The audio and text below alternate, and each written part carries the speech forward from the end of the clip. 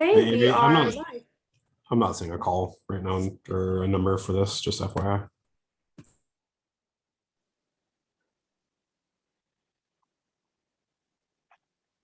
Okay, we will get started. Thank you everyone for joining the NAB 5 meeting today at 5:30. We will start at 5:32 for the record for our minutes, and we will go ahead and start with roll call. Frederick Bayer, Here. Holly Borchard, Here. Barry Cecil, Here. Bryce Chisholm, absent. Patrick Coleman, Here. Carol Crane, Here. George Foster is here. I see. Thank you, George. Alex Goff, Here. Annika Kun, and Theodore Meek, Here. Mac Rossi. Delighted to be here. Good, and we do have a quorum.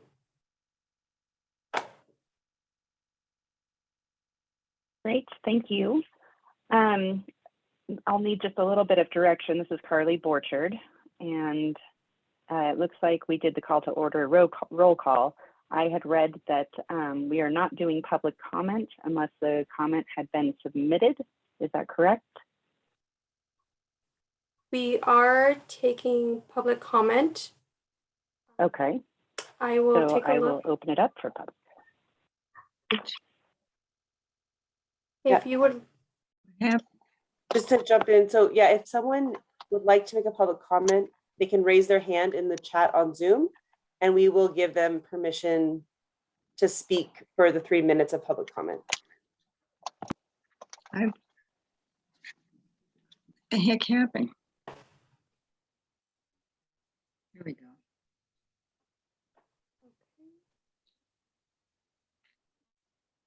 Do And we do have not any public comment submitted? Okay. We do not. Oh, I think we have one live public comment. And just before we go to that, Carly Borchard, for the record, did we post the phone number for people to call, or do we have that? I see that the last comment was, what phone number do we call? I can announce that if that's necessary. I don't see it currently in our interface. If somebody did call in, if you do have that number, please feel free to post it in the chat. Okay, I have that right here, which is 1-669-900-9128. And I've just posted it in the comments or chat. Oops, I guess I did that a little bit wrong. There you go. Okay, I'll turn it over to public comment.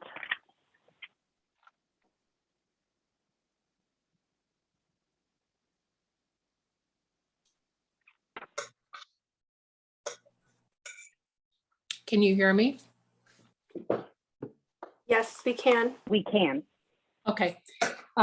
Lisa Hill for the record.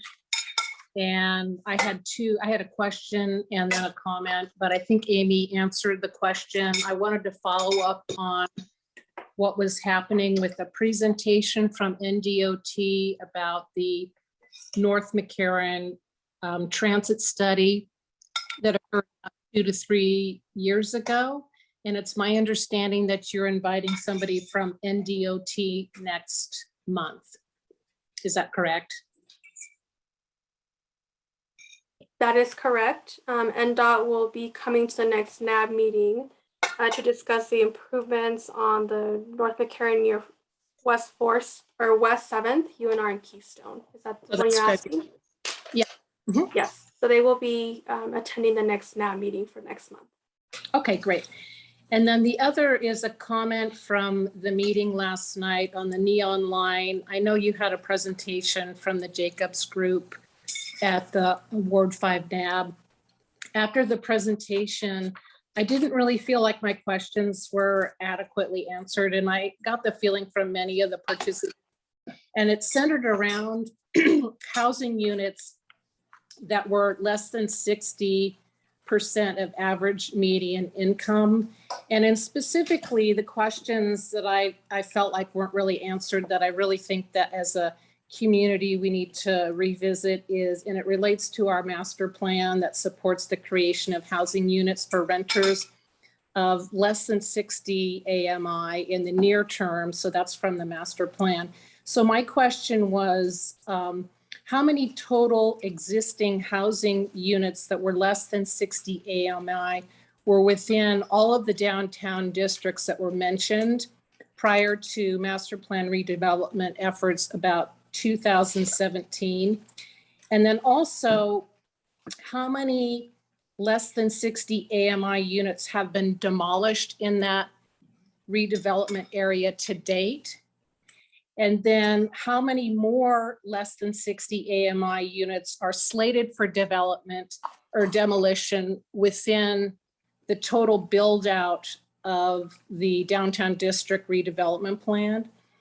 And then also, how many equivalent less than 60 AMI housing units have been replaced by within the city of Reno boundaries to date within the similar time frame?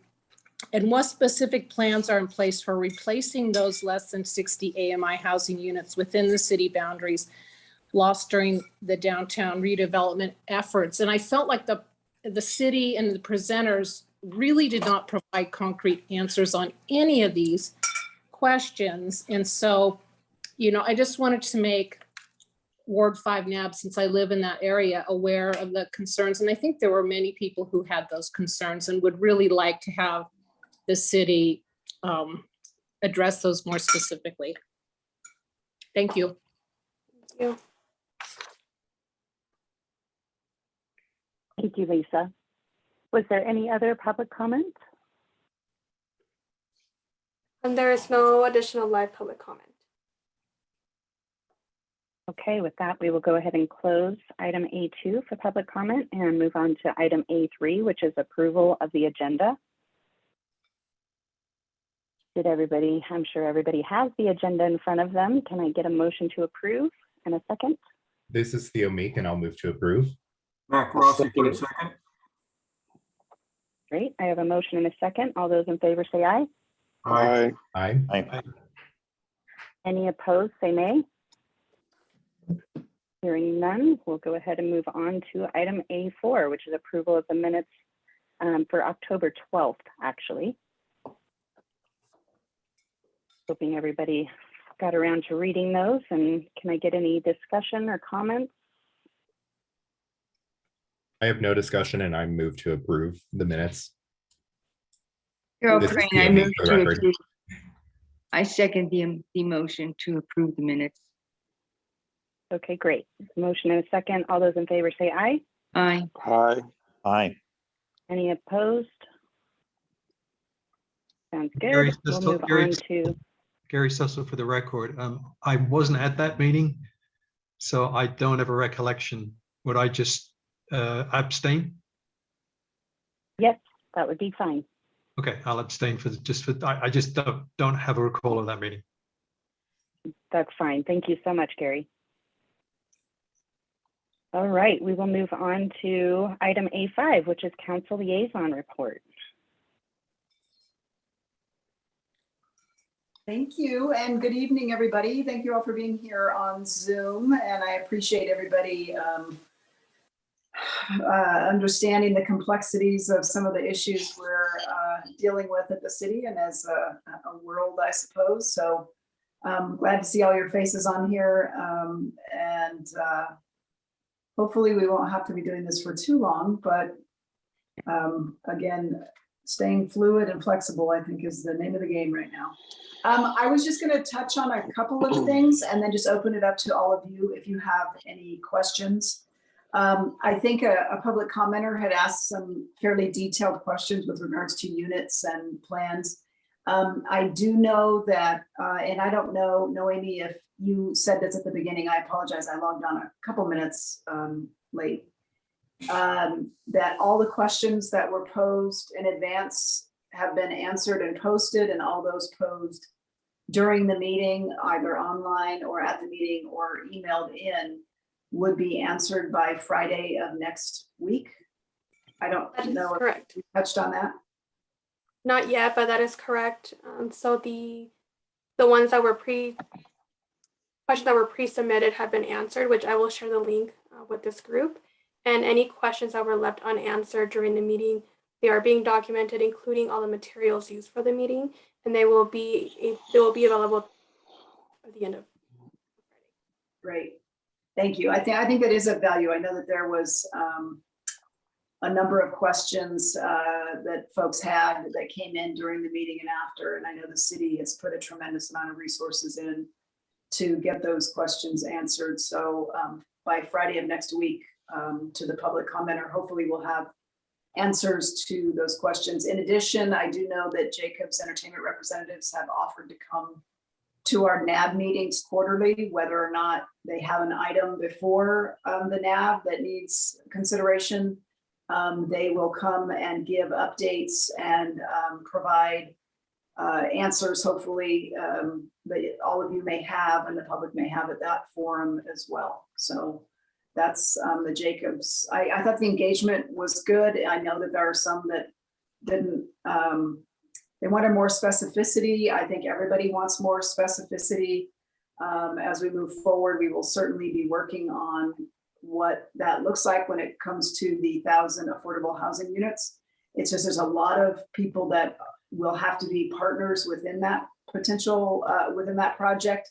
And those are just a lot of unknowns at this point, because there are so many people that would be involved. We just don't know the percentage of AMI and how that will all work out, but that will be coming together, hopefully. We'll have more details as we move forward.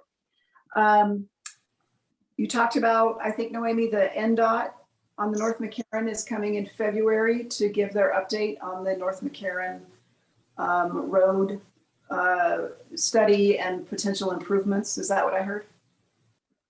That is correct. Okay, good. I know that is of immense concern and something certainly that I've been very vocal on, both at the city and RTC, with the McCarran Loop on the whole. I mean, it is a arterial road that is carrying much more traffic at higher speeds than what it was originally intended and constructed for. So we've got to see some improvements on that. And I know we've been working towards that. So I'm looking forward to that update as well. I thought I'd give a quick update on the bus route issues. I think you all are probably aware that RTC reduced and eliminated some of its bus routes as a result of the pandemic and decrease in ridership and the multiple strikes. There have been many meetings with a variety of different stakeholders and interested groups and individuals with regards to those reductions. Just so everybody knows, the intention was, as you can well imagine, during the pandemic and the reduction in drivers, when you would have a bus route that would say it was going to be there every 15 minutes, and then you'd have people call out or a reduction in staff or different factors, then all of a sudden the bus wasn't there, even certainly on the 15-minute mark, but even on the 30-minute mark. And it was very unpredictable and unreliable. So the belief with RTC is that by reducing the number of routes and the frequency of those routes, you can make the ones that have more ridership more predictable and consistent. And so the RTC did go to a Sunday schedule with all of its routes, and then eliminated, for the time being, again, this is a temporary reduction, a couple of its routes. I am happy to announce that a number of those routes and their stops have been already added back in. And we have found, RTC announced at a meeting earlier today, that while they had some 30 calls of routes that were delayed 2 weeks ago, before the reduction, those routes, now that we've done some reevaluations and resituating, there have been no calls with regards to delayed routes. So it's improving. There are a number of drivers that are coming on board. There's a class that is finishing now. And we're adding more and more routes back into the system as staffing allows. So that's exciting. I do know that there's a lot of interest in getting training for our NAB members. And I know our staff has been working very hard to put together a comprehensive training for all of our new NAB members, and there's quite a few of them. And at the same time, while the city too has been struggling through the pandemic with some staffing issues, we'll be rolling out a very comprehensive training program in March for all NAB members. So I'm looking forward to that coming forward, because I know there's been a lot of interest. I just did. I'll try talking. Hi, George. We could hear you there for a second, George. Yeah, I think you're on mute now. We hear you though. Gotta love technological issues. And then the last thing, I think that's all I have. I'll open it up if anybody has any questions or comments for anything of me. All right. Mac Rossi to speak, please. And Mac? Yes, hi. I don't have a question, but I got a comment that I'd like to address. I've had an opportunity to be on the NAB for several years, and I just want to compliment Council Member Jordan for keeping an open mind on any issues that come up. I've gone to a housing seminar over at the city library, and it was brought up that one of the council members did not want anything addressed by the Jacob development on her NAB. And then I heard it again last night at the Zoom. And I also talked to Mr. Gordon, who also mentioned that NAB 1 never had an opportunity to have a presentation, at least given an opportunity pro or con. And it appears to be restricted by the council person. And I just want to thank Councilperson Jordan for keeping an open mind all these years of letting us at least voice our opinion on any subject pertaining to such as in a development like Jacob development. I thank you. Well, thank you, Mac. This is an open forum, and the more data and information and the more voices, the better. It only makes our community and a project better. So I'm always open and welcoming anybody that wants to do business in our community and all the opinions that related to it. So thank you. That's very kind. My pleasure, and thank you for giving us the opportunity to do so where NAB 1 did not have that opportunity. Anybody have anything else? I know we've been, focused on the pandemic response and a number of other things, but I know we've got some new members too. I don't know if anybody, anything else? I know you've got a lot of things. I see a couple of hands raised. I think Alex. Yes, Alex. Thank you, Councilwoman. I just wanted to say to the city staff on here, and if you can relay this message to the city staff, just the flexibility during this time. I know they're stressed with all the increased cases and just struggles with schooling, et cetera, and just the opportunity that the staff gives for members of the community to interact. I serve on this NAB and I serve on the Human Rights Commission, and just the flexibility and the easeability they've allowed for us to access these meetings and for the public to attend. I just want to say thank you, and it's noticed. So thank you. Just wanted to say that. Thanks, Alex. You are spot on. We have a pretty tremendous staff that works their tails off. So it's nice, and I will pass along to them your appreciation. I know they will be thankful for it. Thank you, Alex. And we have Theodore. Hi there. I was just wondering if there were plans to, if this NAB was at capacity as far as the number of members, and if there is not, if we're planning on opening up another recruitment cycle for board members, or just kind of what the status is of that. So I don't know, Amy, if you've got, I think we might have a couple of vacancies, but I would need to confirm that. I know we did a big round with the new members on here that filled a number of the spots, but I'm not sure. We may have to report back on that. I'm not sure if we've got everything filled or if there might be a few that are open. And then there's a little wonky thing now that we've done, not wonky, it's facts. When they redid the redistricting, I think we might have a member that is now not in Ward 5, is actually now, with the new lines being drawn, is actually in Ward 3. But I think we're going to give anybody that might have been drawn out of Ward 5, they'll be able to choose. Do you want to stay on Ward 5? You're certainly welcome to stay. But if you'd like to move to the ward in which you are now rezoned for, you're welcome to do that as well. So if you know of anybody, Theodore, who's interested in applying, please tell them to reach out, because even if there's not a spot open right now, there's terms that are up and people that move away or what have you. So always like recommendations and people applying.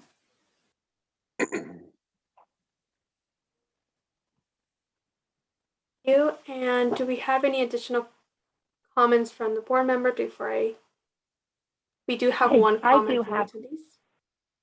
Go ahead, Carly. I do have one. This is Carly Borchard, but I don't want to jump in front of anybody, and I don't seem to have an option to raise my hand, so I'm not sure how to do that. No worries, go ahead. Frederick has his hand up, but I'm not sure who came in first, but I do see a hand up. Yeah, I have a question. I went to the Jacob meeting last night, and with all the development that's going on downtown, I'm a union electrician, and so I wanted to get more contractors that are bidding on that work as it moves forward. Is there a way to get information of when they're coming up and when they go out to bid, so I can get it out to my local? First off, Frederick, thank you so much for all that you do. Appreciate your contributions on all levels. We post, and maybe Amy, we can at the next meeting give a sort of a rundown of how all of our contracts are posted and then selected and then issued. But if there's a way we can just provide the link to where people can go to look when things are posted, that would be probably best, because there are rules about how the information is distributed and to whom all at the sort of the same time. So maybe Amy, we could get a rundown at a future meeting to let everybody, all the NAB members, know what the process is. Yeah, and I'm looking for the link right now where people can sign up to receive the newsletter. Yeah, I'd love to get the email. You do receive that email? No, I don't know if I got it yet, but I would like to get the email so then I can get some of the better contractors to that would suit their needs and relationship wise with them out there to start bidding on the work. Okay, yeah, I guess I'm not sure if this will be helpful with that, but I'll share the info I know where you can see what things are coming up. Okay. And I don't know if you guys been, the city has tried to really increase its communication on all of its platforms with regards to future developments that are coming forward. So we now do a forecast citywide that gets posted to Facebook, Twitter, Nextdoor, and then everybody on the email list. And basically what it's saying is, even though you may not be within the defined boundary of getting the postcard, we're trying to let everybody know of everything that's coming down the pipeline, and then who the planner is associated with the proposed project. So if people have questions or comments or concerns or input, they know where to go to provide that. So if they can't make a NAB meeting or those sorts of things, there's still an avenue and an outlet. So probably the NAB helping to distribute and push that information out, Amy and Noemi, it would be really, really helpful. The further the reach, the better. I think our social media reach has increased quite a bit in the last, 2 months in particular. And a big part of that is all of you sharing it with, 3 or 5 friends or asking them to sign up on email or what have you. And the more, the better.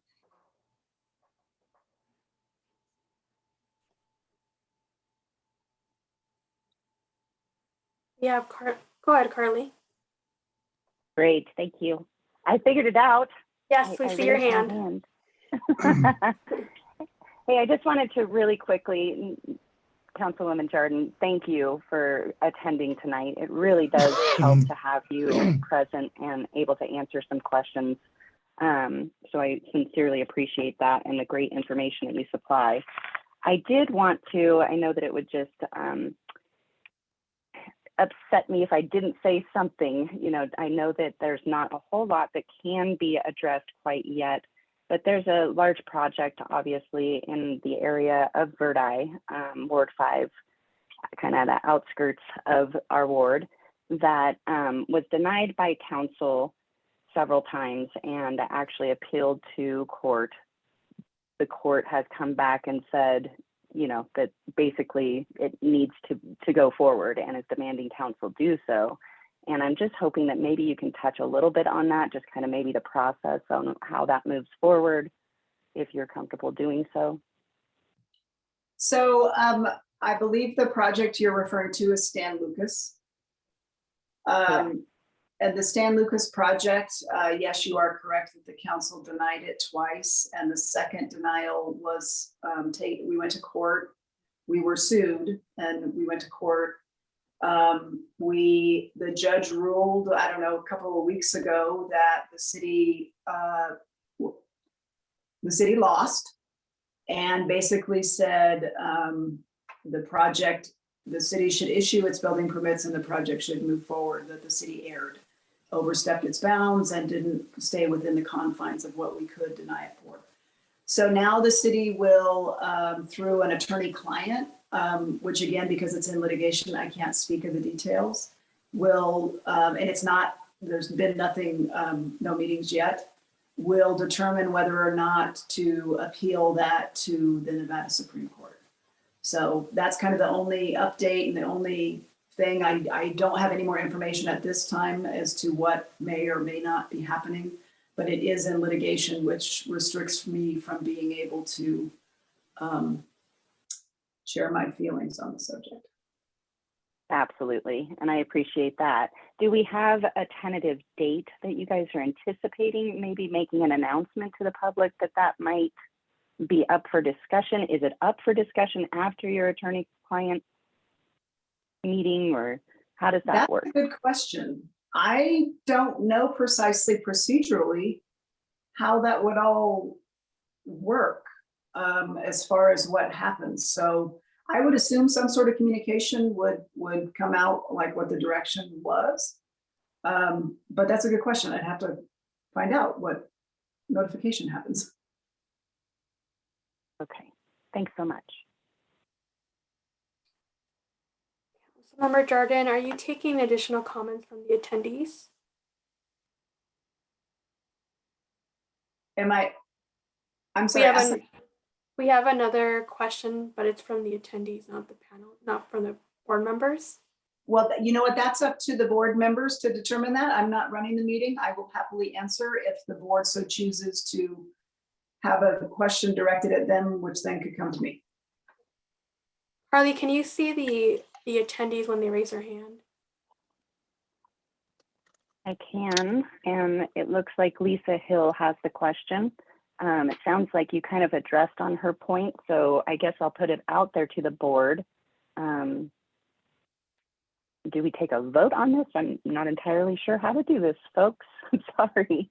I would say that it's fine, but I guess if anybody else has a problem, please speak up or voice your concerns.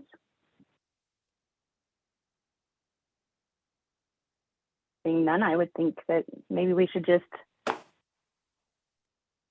hear it out. I think I saw it posted up there and it went away just as quickly as it was there. I'm sorry, I'm not so great on the chat part. Oh, the question is about the composition of the NAB. Meaning like who's on it from which areas of Ward 5? I'm not sure what the question is. Lisa, you can speak. Okay, I just had a question of Ward 5 is a huge ward, Neoma, and how many of the members are from the West? We used to have the West University and the New Northwest NAB. How many of the members are representing the West U right now on the NAB? I'm just curious. Are representing, I'm sorry, I do. Who not- live in the West University area? Oh, West University. You don't have to identify names, but I just wondered, what is the composition have representation from West University? That's the question.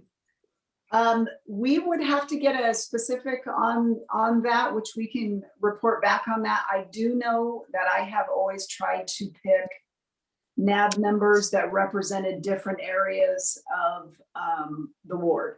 So generally speaking, yes, we have, I mean, even Carly's from the county. So we have someone that might be from Somerset, someone that's from the Old Northwest, someone that's from the downtown area, someone that's from the 4th Street area, someone that's from that. So I think we do, but I would rather have somebody confirm that. I think I got a hand that Theodore might be our West University representative. Yes, he's saying yes. Did that answer your question, Lisa? Thank you. You bet. Yeah. Mm-hmm. All right, I won't take up any more. I don't see any more hands up, I don't think. So thank you all for all you do. Thanks for hanging in there through the pandemic. You know, we're just gonna roll with it. Thank you so much, Neoma. Okay, so we're moving on to item A6, which is the staff liaison report. Were there any items to be discussed under that? There are no additional items. Councilmember Jordan did hit on the ones I had on my list. No additional other than thank you for accommodating with the virtual. We are going to be moving virtual until further notice. And if there's any assistance that you may need or any questions, please reach out to Amy or I, and we'll be happy to help and make this as smooth as possible for everyone. Thank you all. Thank you guys for setting it up and making sure that the meetings could still take place. I think that's really important. So I appreciate your guys' efforts. Okay, moving on to business items. B1 is a presentation, update, and discussion regarding One Truckee River Management Plan, including the River Restroom Project and Vegetation Management Plan. And I apologize, I might mess this up, but I'll just do the first name, Iris, One Truckee River Executive Director. And I think we all received the presentations, I'm hoping.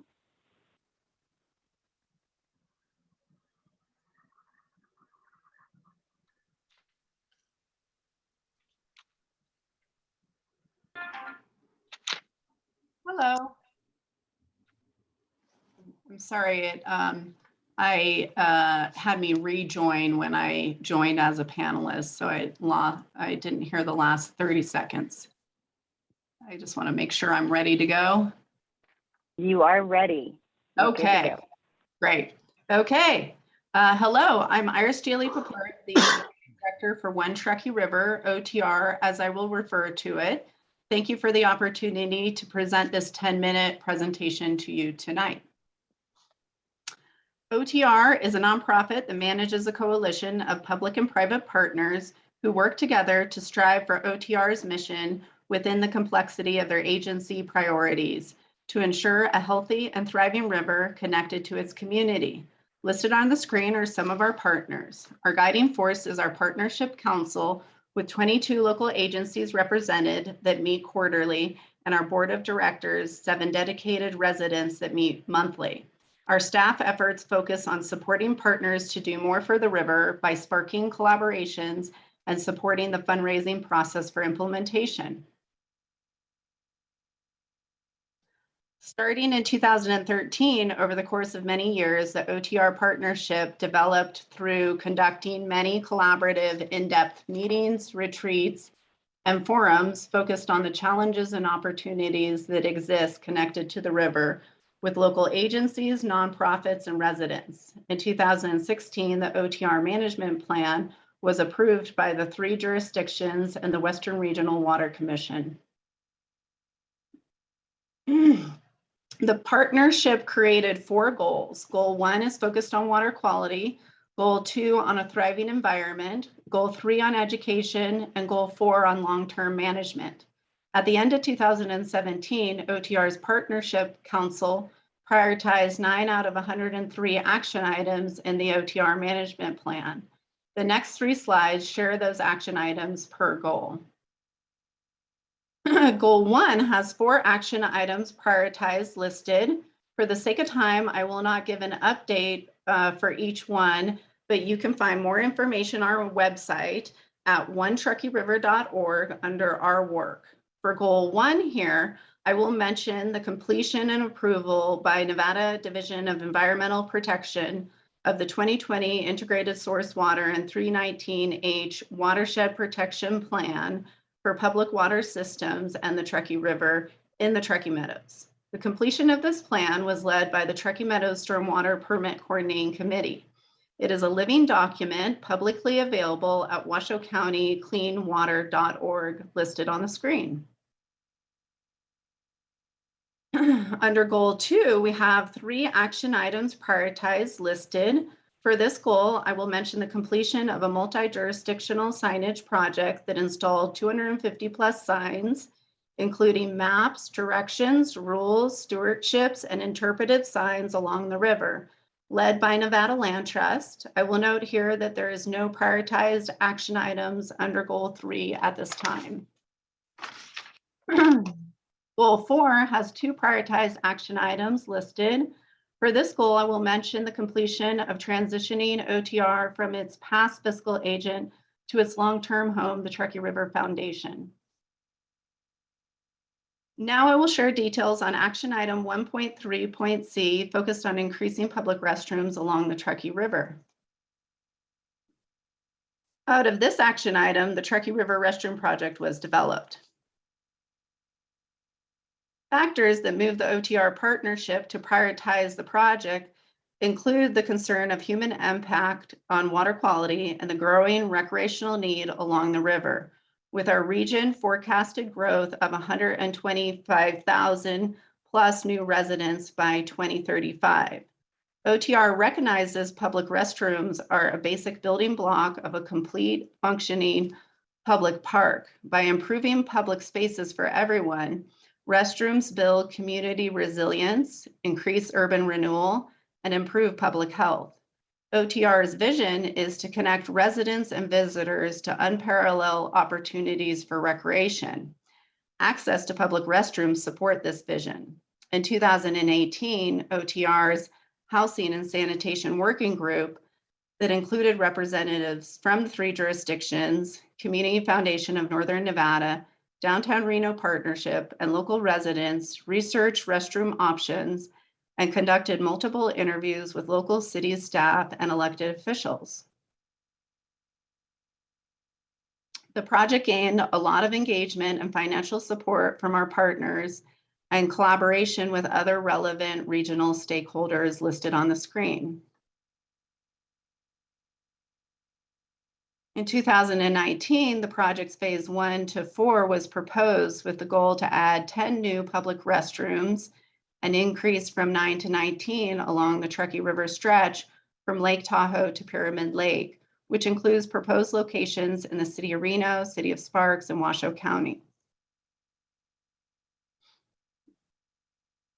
Listed on the screen are public meetings where the project was presented and steps forward approved. Support letters for the project's first restroom installation was collected by local businesses, including the Courtyard Marriott and Reno Aces.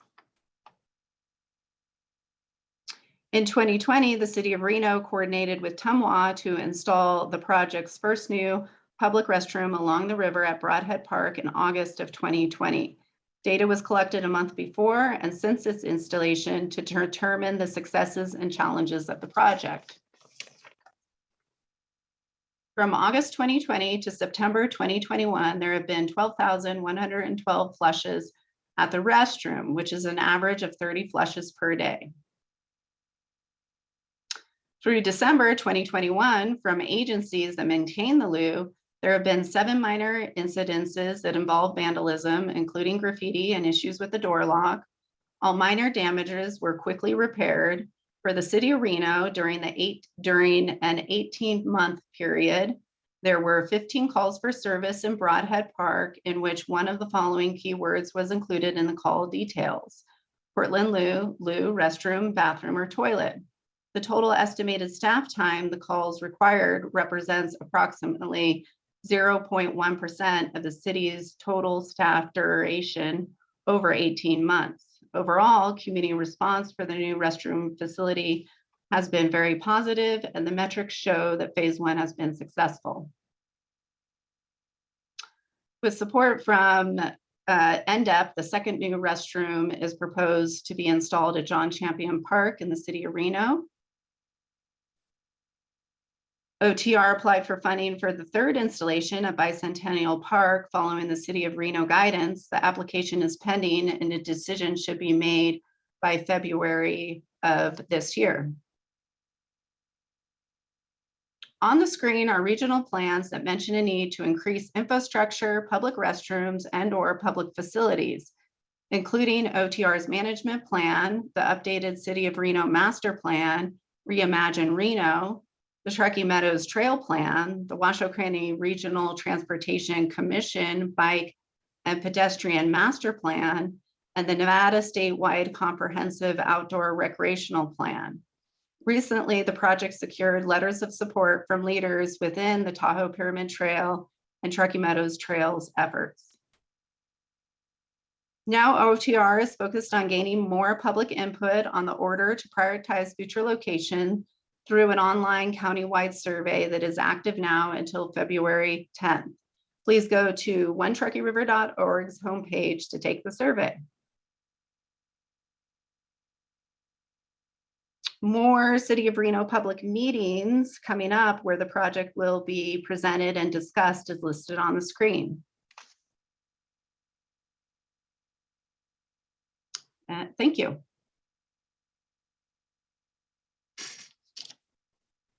Okay, thank you so much. Okay, is there any discussion or do we need to chat about that at all?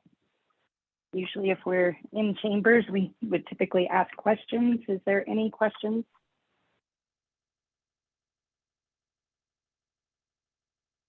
So I do see a hand for Gary Cecil.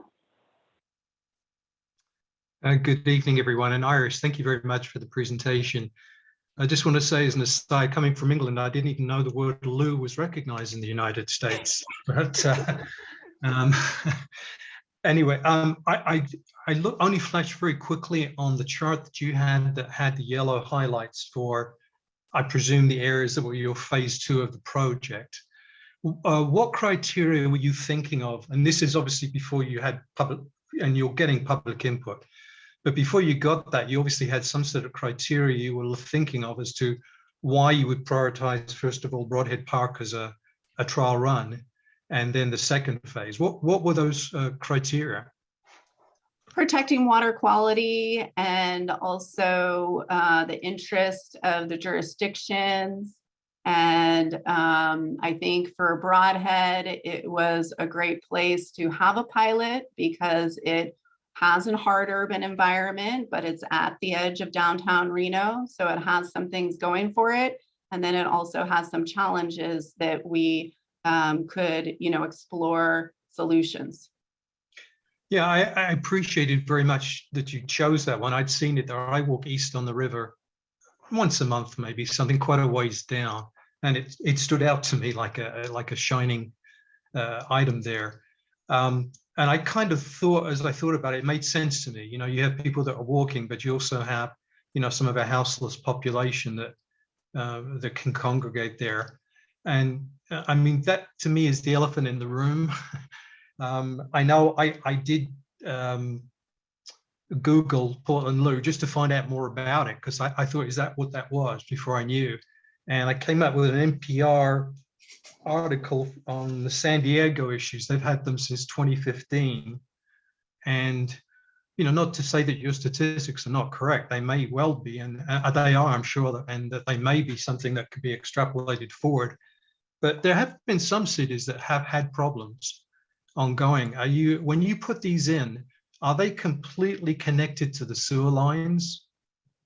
And the reason I ask is if you had a situation where one of those Portland Louvres in a certain location was causing more trouble for whatever, that you would be able to kind of undo it without too much expense or trouble. They are connected to all the utilities. It is, from my understanding, the interlocal agreement that the Truckee Meadows Water Authority and the city of Reno enter into is that if the restroom becomes a nuisance, that TMWA will remove it. I think that with everything, right, the devils are in the detail.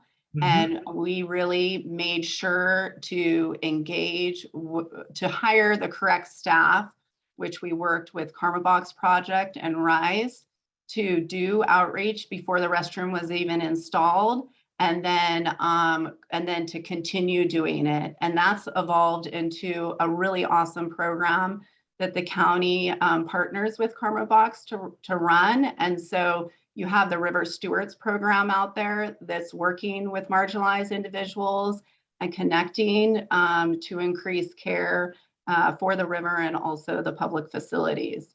And, you know, as the data shows, it's not been perfect, but I think that overall, we would assume more than what's happened. And I, you know, contribute the success to that engagement of those human service nonprofits. Okay, just two quick questions, then I'll turn it over to someone else. I noticed you had Bicentennial Park there, and that's right. I think I know where that is. That's right downtown where the rapids are. Is that correct?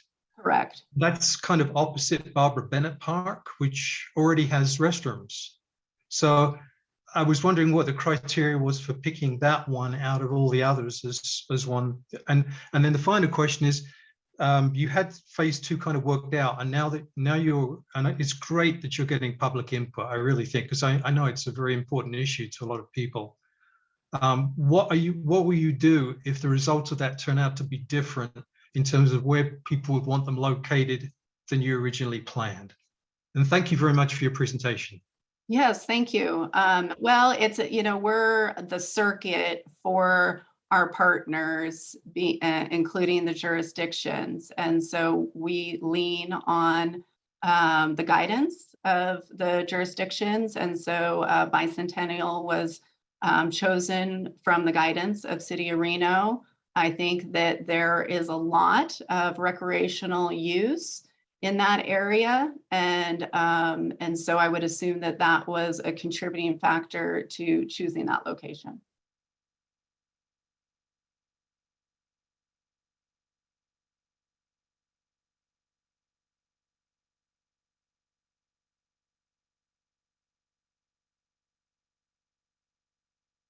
Okay. Was that all of your questions? I just had the one covered. I just had the one, Iris, about if the online survey turns out with different results in terms of where the public think they should be located, what would you do with that information? Thank you very much. Yeah, I'm definitely going to share that with our partners, and then you know, you know, even though One Truckee River works to fundraise and to gain public input, we are not the end-all be-all decision makers on the locations. And so we will most definitely be sharing our survey results with all the jurisdictions. And, you know, I think that will definitely play into factoring out future locations.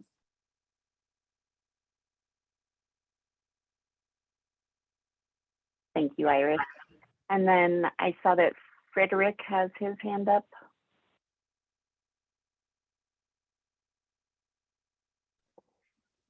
Yeah, I want to commend you for working with Karma Box and Grant. I think he's a wonderful guy. He does a lot for the homeless and making a personal connection to people that are down by the river. And but my one question is when the river's low, you tend to see a lot of the trash along the edges that kind of washes up all summer long. I know in the years past downtown, there's been the Truckee River trash project to pick it up. Is that something that is being furthered? So I think you're referring to Keep Truckee Meadows Beautiful, and they organize 2 big days out of the year where they gain community and residents to come out and clean up trash. And so that does still happen. I think we can all recognize that it has to happen on a more ongoing basis.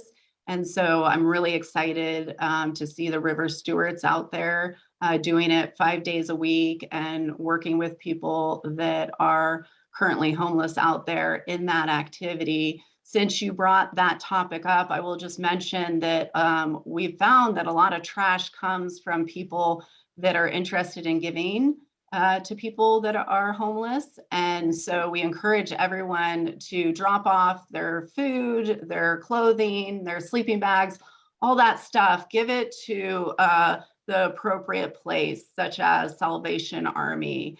And if you're really set on going out to the river to give that stuff away, ensure that you are giving it to somebody and not just dropping it off. So that, that's one out of many factors that contribute to trash going along the river there. Great point, Iris. Thank you. Rick, are you done? Did you have any other questions? Yeah, that was pretty much my question. It was just trying to, I go on a walk whenever I'm home and I see the river when it's low and just the trash that's on the side, just kind of get more community response and trying to pick it up. So when it's flowing after all the snow melts, that it doesn't get washed into Pyramid Lake or further on down the river. Mm-hmm. Yeah, it's a big problem for the river.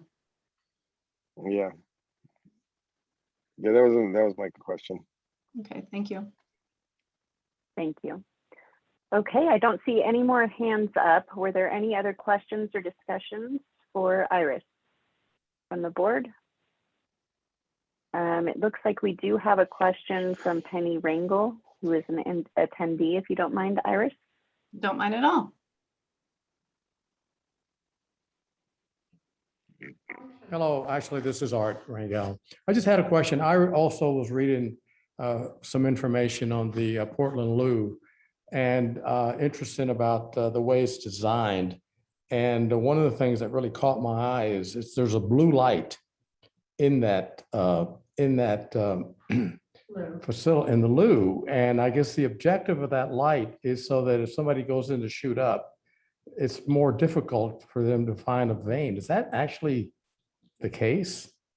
That's correct. I will note that the restroom is open from 7 a.m. to 7 p.m. So it's not really being utilized in the nighttime, but it does have that light, and that is the purpose of the light.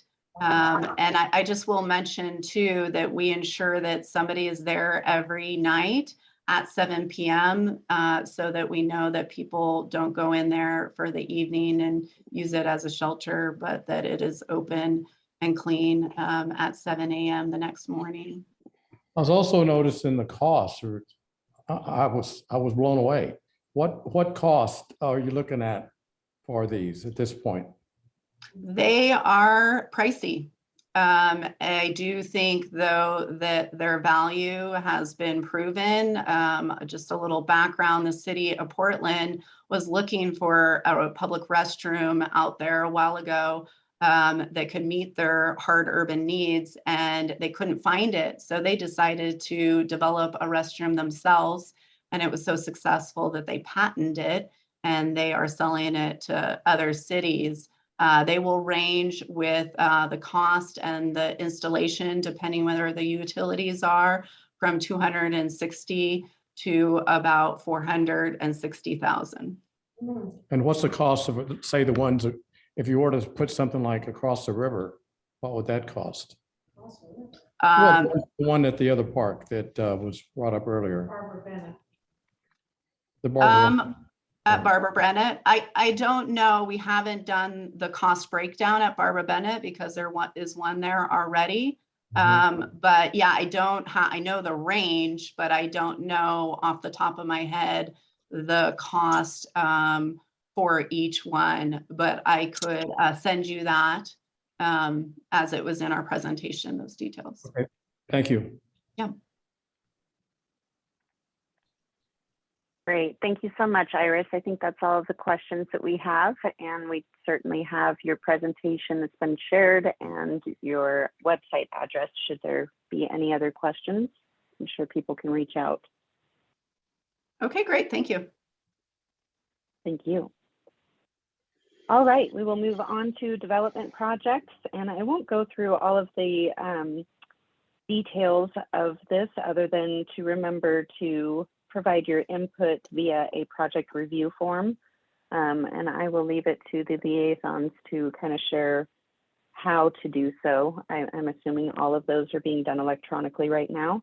So whether they send us a link or you can obviously find it on the City of Reno website under Board 5 NAB.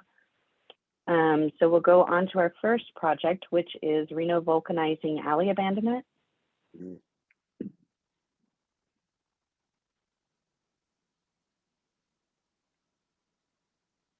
I apologize, this doesn't say who it's going to be presented by, but I'm sure, there we go.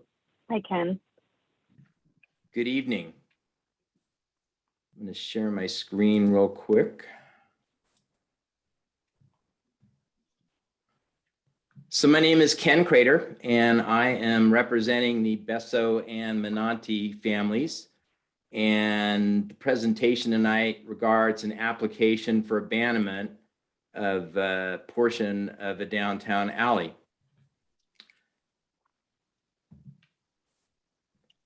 So this is an aerial photo of the site, and I'm sure many of you recognize the Reno Vulcanizing facility, driven by it many times. It's right across from Circus. And just to the north is a new Canyon Flats student housing project that just opened about a year ago. And the Circus Legacy parking garage is kitty corner right across the street. About a year ago, I applied for and got approved abandonment of the portion of the alley to the south. One gentleman had ended up purchasing all of these parcels and has since, along with getting the alley abandoned, demoed all the buildings on this site and also done a reversion to acreage. So all this is now a single parcel. And so the Besso family, Menante families recognized it would make sense to abandon the remaining portion of the alley just to open up long-term opportunities for their family and potential redevelopment of the land that they hold, or possibly even joint venturing or selling the entire block to one single developer. They do have one existing single family home that also resides on the property in this location right here on the northeast corner, but that will be demoed. That has been rented for a long time, but the house has outlived its useful life and would require a lot of money to bring it up to code and make it safe and habitable for new residents. So ultimately that will be demolished, and this will likely just become one additional parcel. It makes a lot of sense to abandon these alleys in the downtown area because there's a lot more opportunity to develop larger parcels than there is all these smaller existing parcels. I was born and raised in Reno. I've been involved in development in some fashion for well over 30 years. And there's just a lot more interest and activity when folks have the opportunity to develop larger parcels, and the fact that it's totally connected to the university. These are some exhibits out of the university master plan, and it's connected in terms of major arterials, transit, walkability, and also in terms of the land use. This actually sits in part of the university district because of its closeness and proximity to campus. And I'm sure you've all seen the activity in the Gateway area lately with the new parking garage under construction, the new business building. So this property here could become a great attraction and amenity for folks that live, work, and visit the university campus. As far as the master plan and land use, this is within the downtown mixed use district, or the DTMU, which is a pretty large area of downtown Reno. And as far as zoning, it's part of the mixed use downtown entertainment district. And again, you can see that there's only a small portion of the alley remaining within this block. Again, this shows the alleys that have already been abandoned. That includes this area to the south that we talked about. And when Canyon Flats was developed, they abandoned this section of the alley to the north. So there's no longer any reason for any sort of connectivity.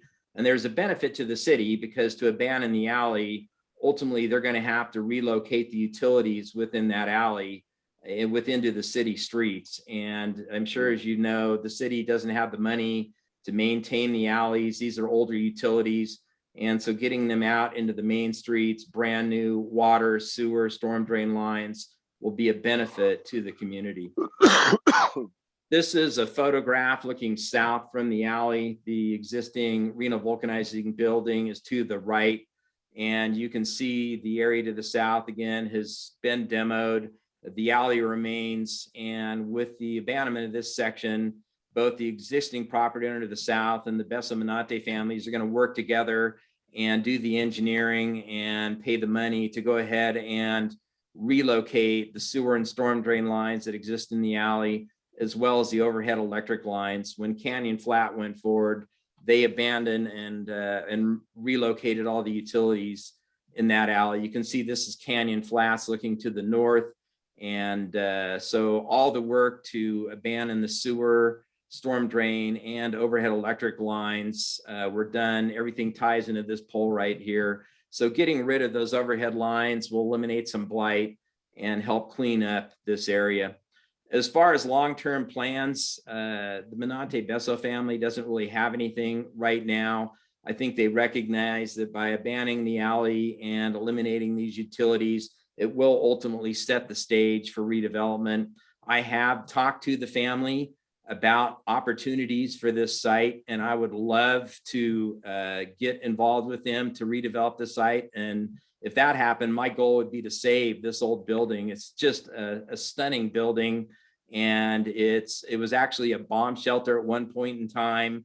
The foundation walls are literally feet thick. There's a potential second story for apartments up above in the attic space here. And it's just a great, great old building. So I hope that can be preserved as things move forward. But it makes sense in my mind to abandon this alley. It's a small remaining section, and I believe it does open up long-term opportunities for this block and this portion of the downtown area that's quickly becoming intertwined with the university area. And that concludes my presentation, and I'm happy to answer any questions. Thank you so much, Ken. Okay, so now we have our opportunity for questions and comments. I'm not seeing any hands yet, but if you have any, please feel free. Gary Cecil, please go ahead.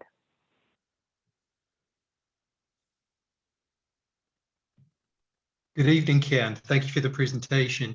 Yeah, I know that Vulcanizing building well. When I used to come here from Sacramento, I'd drive right down Virginia Street right by there and go, wow, you know, it's cool to have a big garage right there on Virginia Street. I wanted to talk a little bit. I'm just learning more about the mixed use entertainment district. That's the zoning for this, correct? Correct. Okay. So right now, are there currently any prospective buyers to develop the property that you want to kind of add this alley onto? No, not right now. Yeah, because the Menante Besso family haven't even advertised this or marketed it. They're just looking to get the cleanup done before they proceed in any other direction. Then I guess my question is, why would you be requesting this abandonment now rather when there is a specific project plan to say this is how it will add value to that particular plan? Because I can tell you, after having been involved in land development, I'm actually a civil engineer, and I do a lot of work in developing land plans myself, residential, commercial, industrial. And even in the development community, very few people have any sort of real vision from what I've found. And to help create that vision, abandoning this alley, relocating the utilities, abandoning the one home, that all will have a drastic improvement in allowing a potential future buyer to develop that property. But frankly, the Menante and Besso families are very attached to this property, and it's been in the family a long time. And I ultimately think their goal would not be to sell, but to land lease the site to a developer and allow them to develop something on the site, but retain ownership of that property. But cleaning up the property will go a long ways towards setting the stage to allow something to happen. And also there is the potential for that area to the south to be included in, because when you add that entire block, it's a 300 by 400 foot block, or 120,000 square feet. That's almost 3 acres, which is significant. And frankly, I'm waiting for the day in downtown Reno when we start getting 10, 15 story buildings with ground floor restaurants, parking, professional office, high density multifamily residential above. And I think with clearing some of these blocks, we're setting the stage for something really terrific to happen in the downtown area and create not just the density, but the daytime and the nighttime traffic. Because that's one of the things that's really lacking right now in downtown Reno, is just that constant flow of pedestrian traffic to frequent the restaurants and retail shops within the downtown area. Yeah, I absolutely agree with you on that. Again, I think it's only my second meeting as a NAB member, but I believe one of the reasons I appreciate you being here is that maybe we can offer a perspective from a layperson's point of view as to what things might strike us and what the public might be concerned about. One of the things that concerns me is that everything you've got is aspirational, and I think it's wonderful to aspire for that, but it's not very solid. I mean, we're basically saying we really don't know what's going to be built there, but we want to abandon the alley. And the mixed use district has a very wide range of things that are permitted by the zoning code right now. I mean, really wide. You can have a cemetery, you can have dry cleaners, you can have a daytime entertainment venue. And the reason I mention that is because there's not a very high bar to pass in order that the city sets. It says, and you quote it, "The public will not be materially injured by the proposed abandonment." My concern is, how can the city know that if they don't know what it is that's going to be built there? And that's easy to answer. Is I think you're more likely to be damaged under the current situation, because with the current situation and the small lots, you're more likely to get a use that's less desirable or even more obnoxious than you are if you have the potential for a large project. And I think that's part of the problem that we have in the downtown area, is we have a lot of these smaller, older, dilapidated buildings. We have people that don't want to invest the money to reinvigorate those uses and bring new and exciting tenants into downtown Reno. And by abandoning that alley, you're creating far greater opportunities to attract great developments within this area on these larger parcels. The investors that are willing to put in millions of dollars into projects are more likely to look at a large parcel other than just a mom and pop investor who doesn't have the financial wherewithal to do a really exciting project within downtown Reno. And frankly, sections on both sides have already been abandoned. So what's the benefit of the city even keeping and being responsible for that alley, the liability involved, the maintenance of those utilities?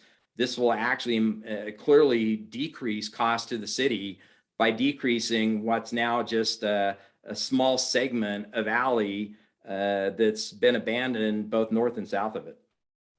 Hello, my name is Brooke Oswald. I'm a planner with the city of Reno, and I also like to address that a little bit more from the city's perspective. So Gary, thanks for putting out that finding that the public will not be materially injured by this abandonment. So in reviewing abandonments, we go back and look at the history. In this particular case, that alley was actually was dedicated by those property owners when they wanted to subdivide.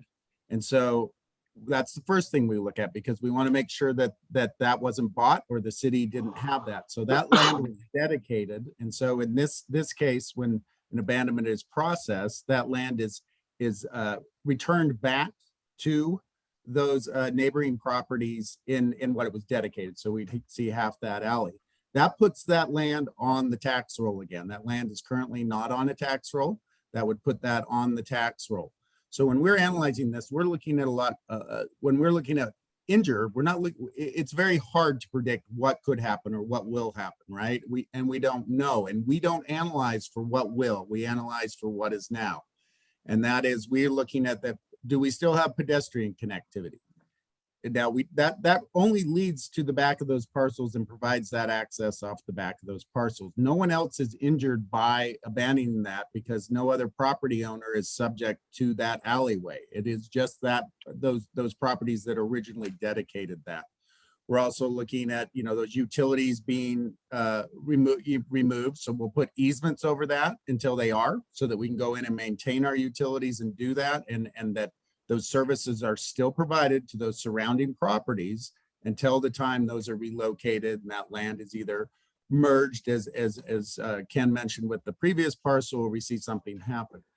In abandonments, the other thing I have talking to developers and financiers, it makes it very challenging for them to move for financing if they don't know what the land is, because if that land is currently a right-of-way, a public, and so when that assemblages happen, they can start to plan a project, have certainty in that project, and start to work with financing on that project, because that land is now in their hands. So we really look at the now of why we're analyzing that abandonment. No, and you know, we're looking at the financial. Was there a financial gain that the city had, or was it originally dedicated? Is connectivity still done? Are we maintaining those utilities? Are we maintaining access to other properties? So maybe that helps a little bit more to look at it when the city staff analyzes these abandonments and makes a recommendation to city council.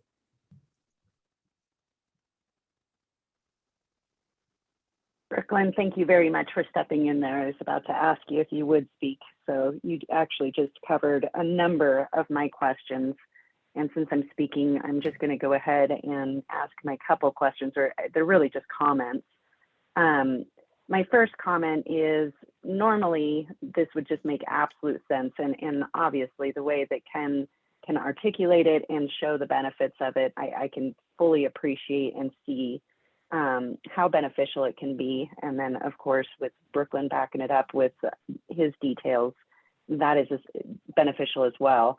I guess my only comment is East 6th is a pretty busy street, North Virginia, North Center. This is a very, very busy intersection. My main concern would be traffic flow, I guess, if I were to throw my 2 cents in there.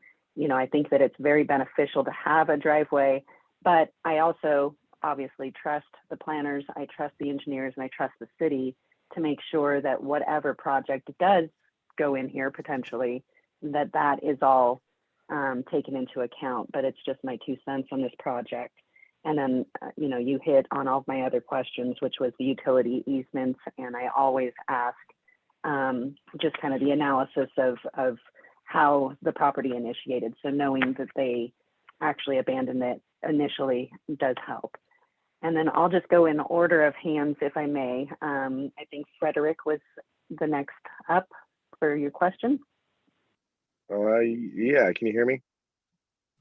Yep. Yes.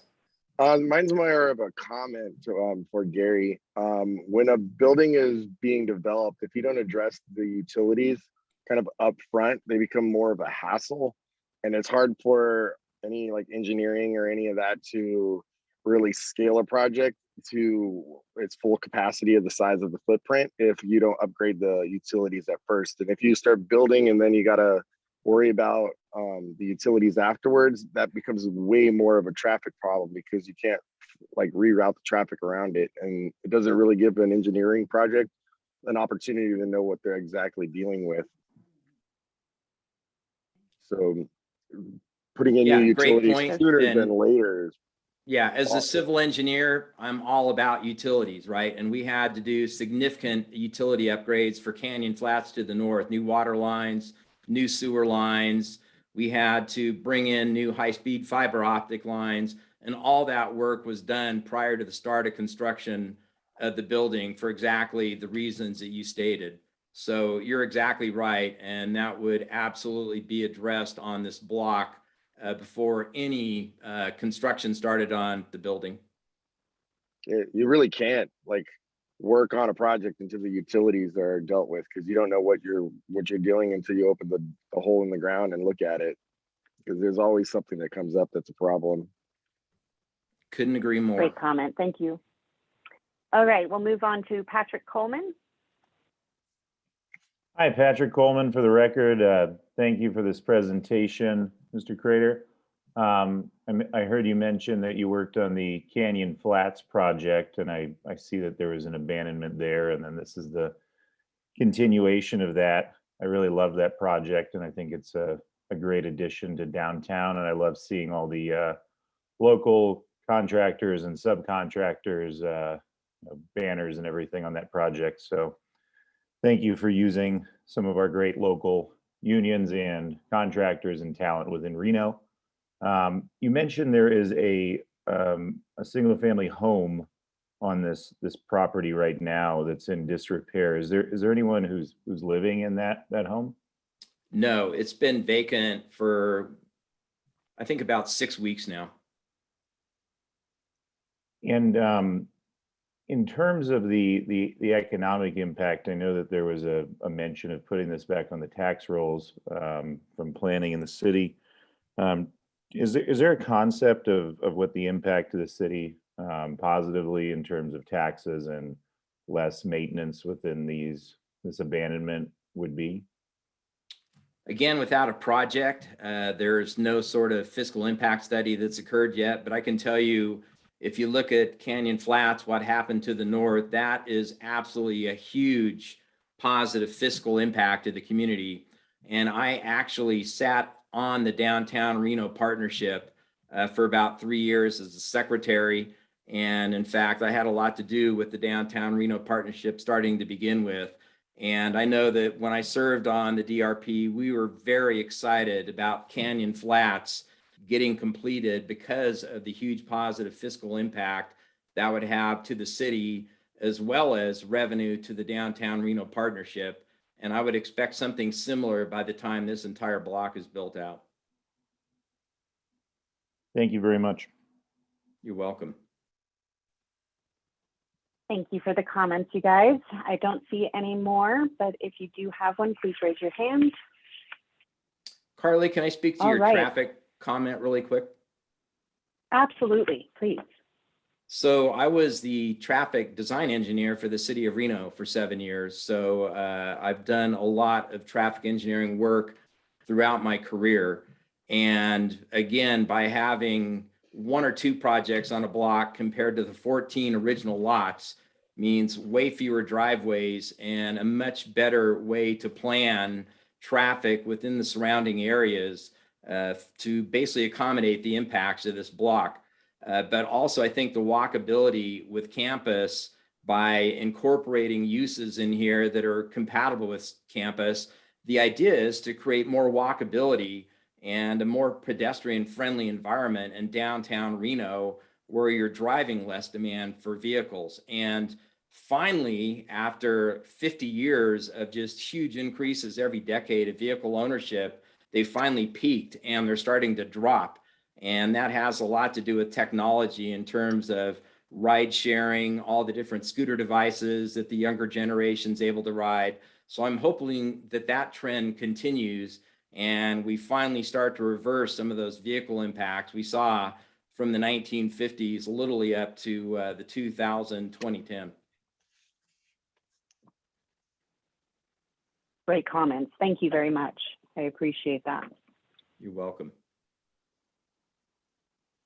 All right. I don't see any more comments, so I appreciate you taking the time, Ken, and Brooklyn as well for chiming in there. It really helps to have somebody from the city speaking as well. So thank you both for your time. Thank you for all of your time. We appreciate it. Thank you, Carly, and thank you for your service.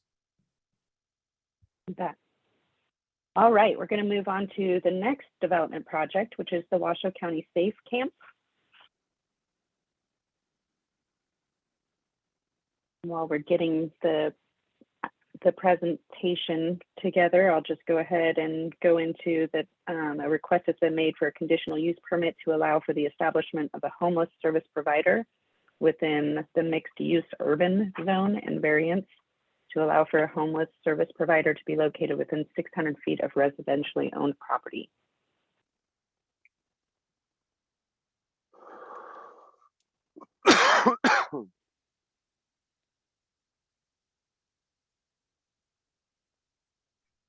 Amy, do we have a presenter? Greg, are you able to unmute yourself?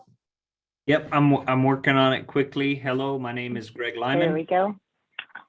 I'll be presenting on this project here. I just got the controls. So I'm going to share my screen for my presentation here.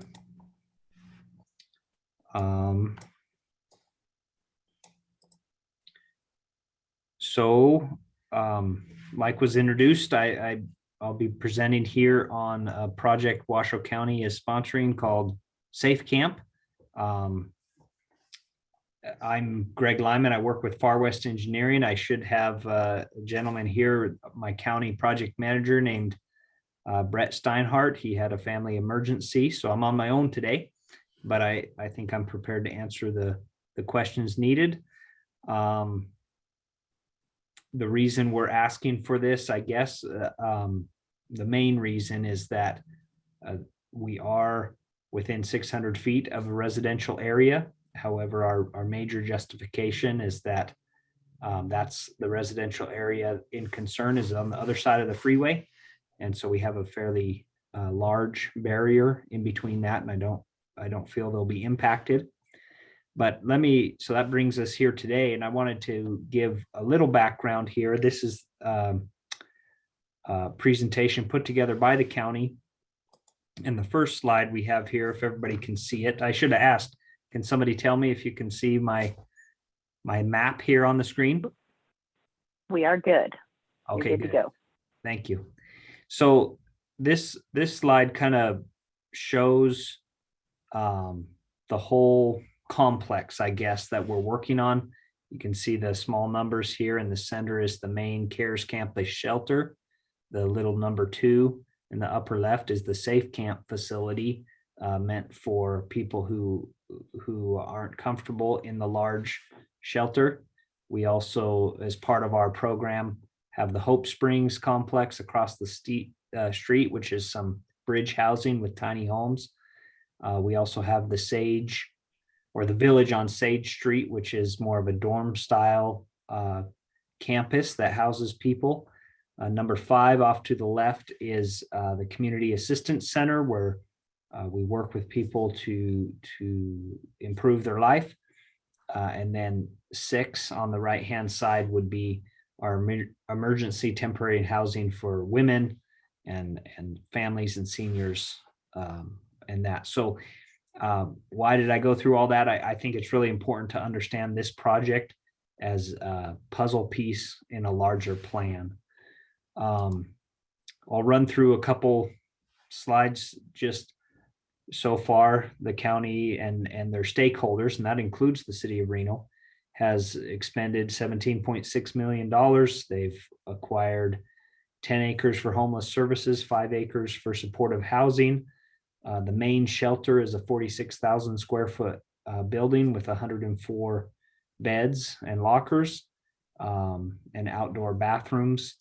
Phase 2 will be, we're working on now, and it involves several components. Safe Camp is just one of the components, but we wanted to point out we have several architects and individuals experiencing homeless advocates and professionals working on this. It's quite a committee of stakeholders. We will be doing phase 2 will include some upgrades to phase 1 in that main building, as you can see here, but I'll go quickly through those since that's not the focus of this presentation. It will further include intake offices, storage buildings, cafeterias and meals, additional bridge housing units, laundry facilities, and so on. And then a portion of phase 2 is what we're here to talk about today, and that's the Safe Camp facility within it's a property formerly known as the Governor's Bowl. It's a baseball / softball field right there by the Spaghetti Bowl. And it's depressed down low. And that's how it got the name Governor's Bowl. Our project will include utilities and land preparation, road paving. It'll start out with 50 tents. And we're going to upgrade those tents to more what we call them pods. They're more permanent structures there, but not exactly a tiny home either. I'll explain more about that. We'll have a shade structure, landscaping, warming and cooling, main building, a bathroom facility, fencing, gates, and so on. I'll get to a map of that next. And I got a lot of phases in this presentation, but the need is so urgent with the property we have. We did set up some temporary tents to house some people or allow them to stay there in a safe and secure environment, even while we went through the design phase. And they're still out there as we're trying to build this better facility. You can see in the back of this main picture, we have security involved and bathrooms down below, even for the temporary shelter. And then here's a site plan of our facility. You can see the little squares with X's of them are each of the living units. The blue rectangle is our shade structure. The green is our landscaped lawn. And then the maroon or red striped structures. The big one is the main building for, like I said, cooling in the summer and warming in the winter. And then the bathroom facility down below. There is a security shack off to the right.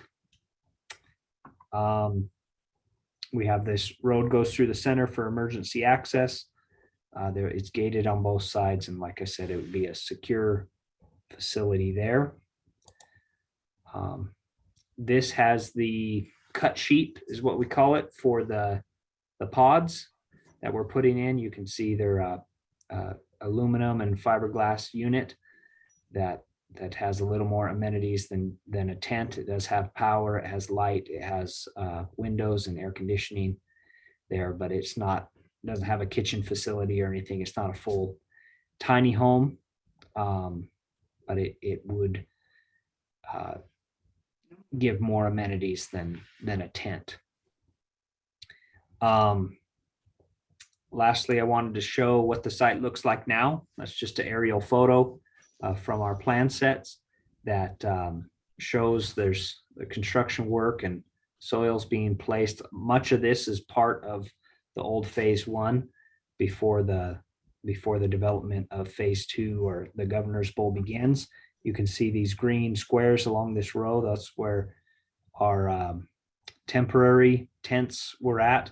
We did move them into one of these buildings down below when it snowed because tents can't support the snow. And that's another reason why we went to the mod pods or living pods for our long-term approach there. I think another good thing to report on is that is our schedule that we have gone to bid. We have opened bids, found a apparent low bidder in a contractor named FMI Construction, and we will be awarding to him as we get the permits and approvals in place over the next 2 months. But it is on an accelerated project to complete right away. So that's my quick overview. I know everybody, we want to move quickly here, but perhaps now would be a good time to take questions. I'll do my best to answer those. Great, thank you so much. I will go ahead and try to go in order here. I see that Frederick is having a question again. Okay, so Go ahead. yeah, Sorry. so when I've talked to a lot of the homeless downtown, usually the women who won't go into a shelter in the snow or any of that reason, or just kind of hang out in the casinos or wherever they can be, they don't really like to go into a mixed use shelter. So in what you're developing, is there going to be any things that are just dedicated for like the elderly women that are homeless downtown that kind of segregate them from like the male population? Yeah, so on that, I guess, second slide I shared, that little circle number 6, we call that our place, is specifically for, they have area there that's women only. That's not part of Safe Camp. However, I mean, if somebody said they're uncomfortable for that and they needed a place to stay, they would qualify for Safe Camp, but there would be men and women there. If they wanted a women only environment, that's number 6 there on the screen. That would be like the verbiage to get out there to them to request those services. Sorry, I didn't quite catch that. That'd be like the verbiage to like communicate to some of these, like the women that are just kind of always downtown that just they don't want to go to the care center because of they don't want to be in a mixed population and they don't always go every night. Yeah, that's the best place there. There is kind of a makeshift intake center there at our main facility, the CARES campus there at the beginning, and that way they can get transportation over there if that's a little closer. I kind of cut off short because we're just talking about Safe Camp, but I'll share here on the screen real quick. This is some phase 3, I guess, of where we're going, is to add a more formal intake center, this red square down below, and some case management and to be more involved in helping these individuals get out of their state of homelessness. So we have long-term plans. Really our program is fairly young, just starting kind of last year. So we have a lot of growth to do. And I'm not going to say we couldn't do a lot better there, but that's our goal in a state. We know about that need, and we're going to attack it with a more formal intake center and transportation to that women's only shelter and improve that. And then we can move on to phase 5. This white area to the left would be some additional bridge housing where people can have more of a place to their own. So is that addressed through like the ambassadors? They kind of communicate this to people who kind of have more of a personal relationship with the regular homeless? Or... Yeah, that's the intent. Absolutely. I'm not going to sit here and say we don't have improvement to make with our ambassador program. Like I said, I love the ambassador program. I think it's doing great downtown since I've seen it start 2 years ago. So we're improving. Okay. Great. Thank you so much. Alex Goff. Thank you very much. And Alex Goff for the record. I think the term you just used is improving. I mean, where we were when all these services were provided on Record Street to where we're now, between the Safe Campus, Safe Camp, every time it looks better and better, and where it's going, I think it's going to continue to get better and better. So with these mod pods, as compared to the tents that are currently at the Safe Camp, I mean, can you talk about how they'll withstand the weather? Obviously, with the snow and the heat being on the extreme side, how are they going to be able to better protect people living in there as compared to, it's an upgrade over the tents, but how much of an upgrade is it compared to the tents? Thank you. Yeah, thanks for that comment. They're not as good as a tiny home like we have over at Hope Springs and hope to have more of as we continue to develop. So this would be a step up, but not the end all. And we've learned we need those transitional steps. And so they are heated and cooled, so they will do fairly well. But they are fiberglass and aluminum. They are insulated. But I don't want to oversell them like a full, tiny home, which would be even better. I don't know if that answers your question. They are rated for our summers and our winters. They do not collapse in the snow. They handle our snow load and things like that. But as you can see, I mean, it's 2 beds and a shelf. It's just a step in the right direction, but not the end. Yeah, and thank you. I see that, and yeah, it's better than what is currently there with the tents. You brought up the tiny homes, which is managed by I think Northern Nevada Hopes. Do you know what the coordination is between, I guess, the safe camp, the area managed by the county, and as compared to the tiny homes managed by Hopes? Is that transitioning kind of together? Is there coordination there? I mean, you don't have to speak too much to it, but is there coordination there? There is. Now, there needs to be a lot more. I'm not going to say that. And I'm not on the management team. I learned from the management team there. But the concept is that you take someone who has nothing and you build them up through the levels. The only problem with Hope Springs is it's way too small. We need much more. But the idea is that as they progress through the system and gain, training and, behavior is a part of it, then they're able to get themselves in a better living condition and then eventually get out. 0 is our goal, right? We don't want someone to stick in any one of these steps, including Hope Springs. But we're improving. And I think, we need more to we have such a huge population here that to move them through adequately through all the steps, and into one of those better bridge housing units. So we coordinate, but frankly, it's not flowing really well right now just because we have so few of the tiny homes.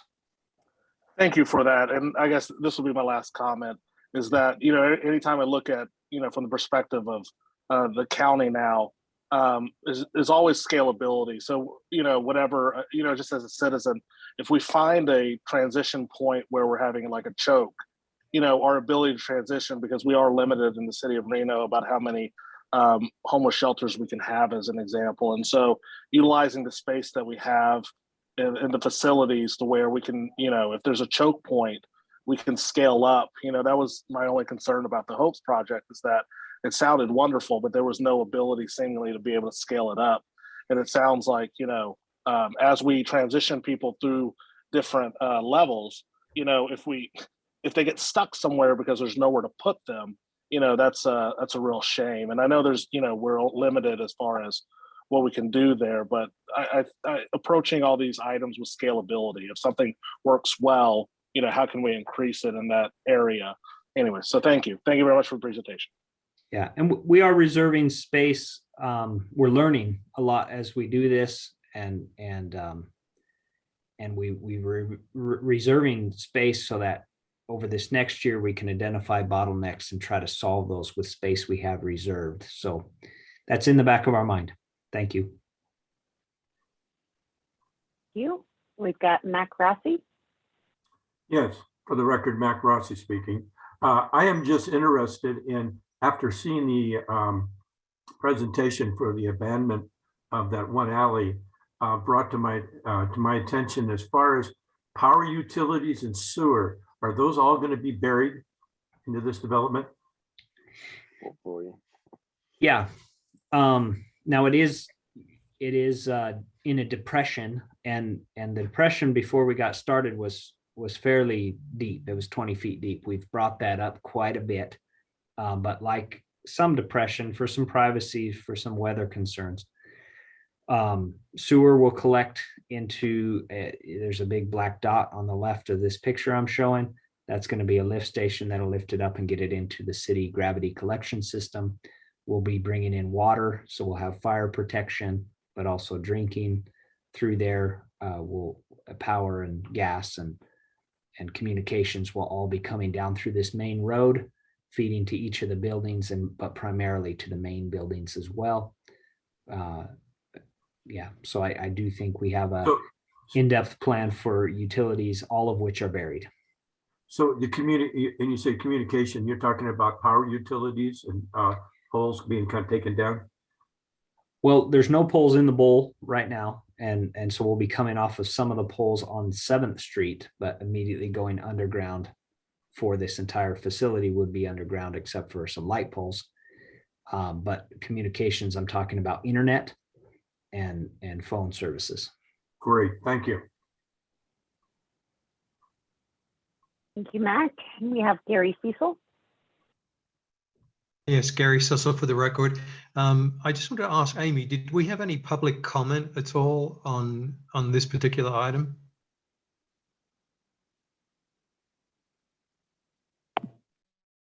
I don't believe that I received a public comment through our public comment submissions, but I can check. Yeah, I just wondered the houseless issues tend to be, I was surprised there weren't more. Also, I think, could we recognize, again, Amy, would it be okay to recognize, I think Lisa and someone else had questions on the chat that would probably be good for them to be heard as well, please?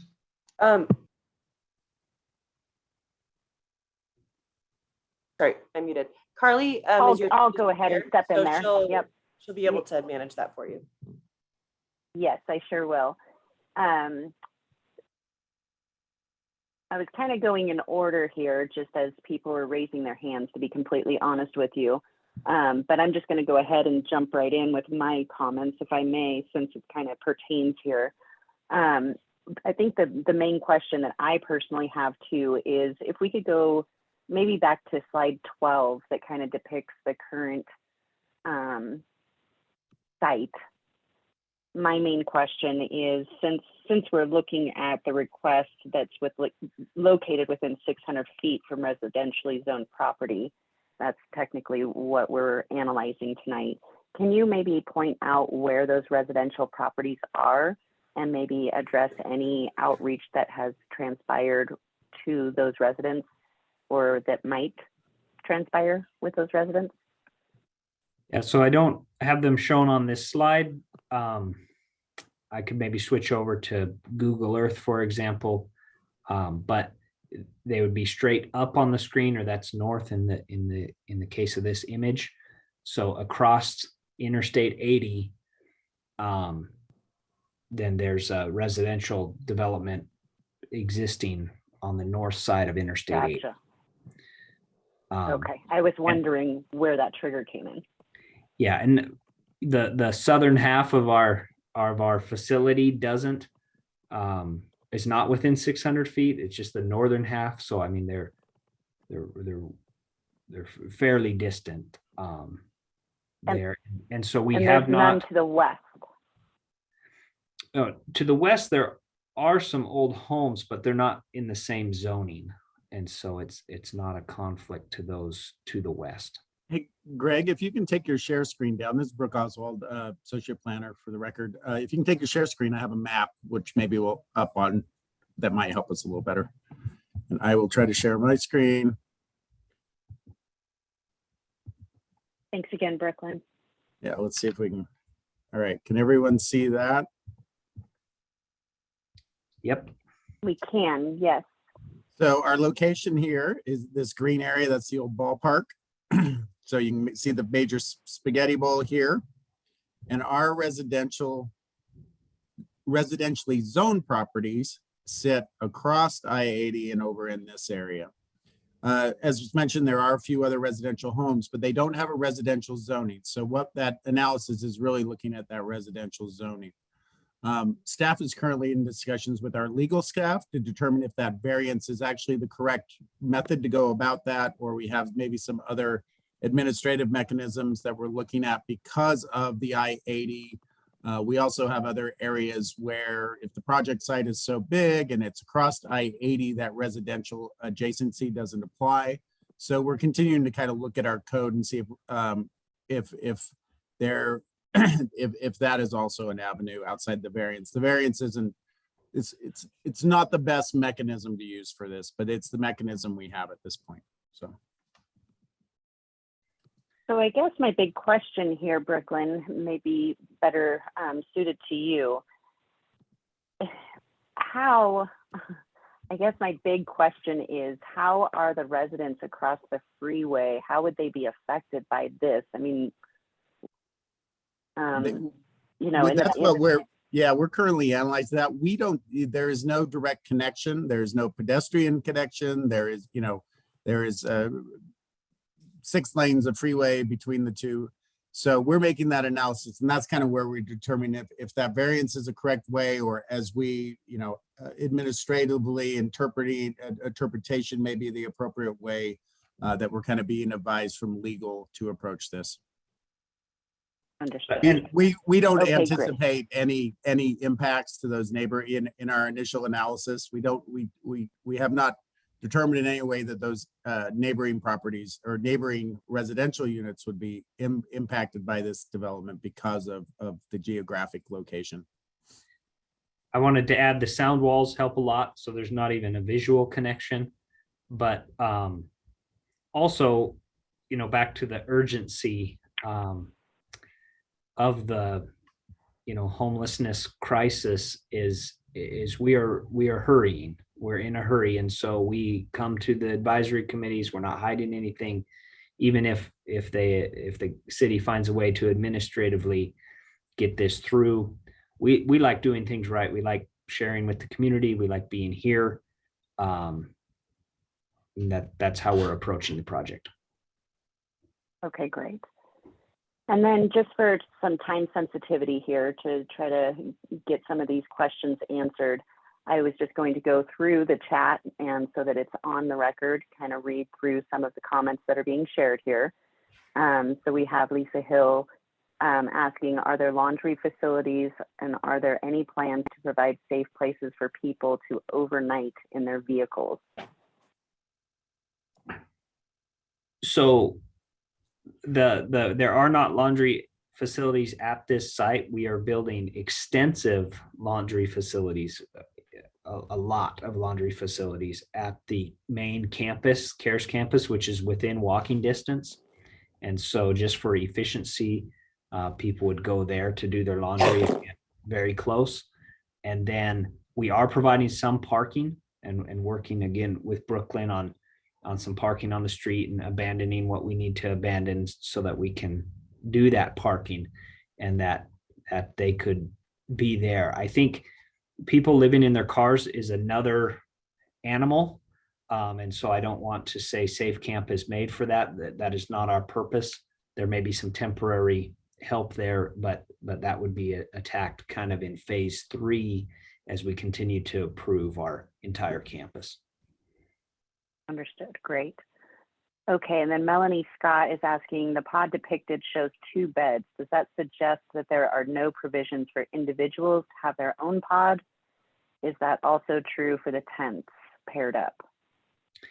No one is forced to stay with a roommate. They don't want to. And so if there is one individual, there would be 2 beds and 1 person in the facility. I think we got more efficiency by buying 1 unit and repeating that unit 50 times.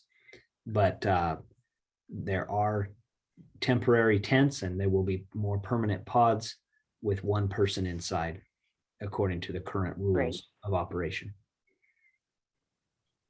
Thank you.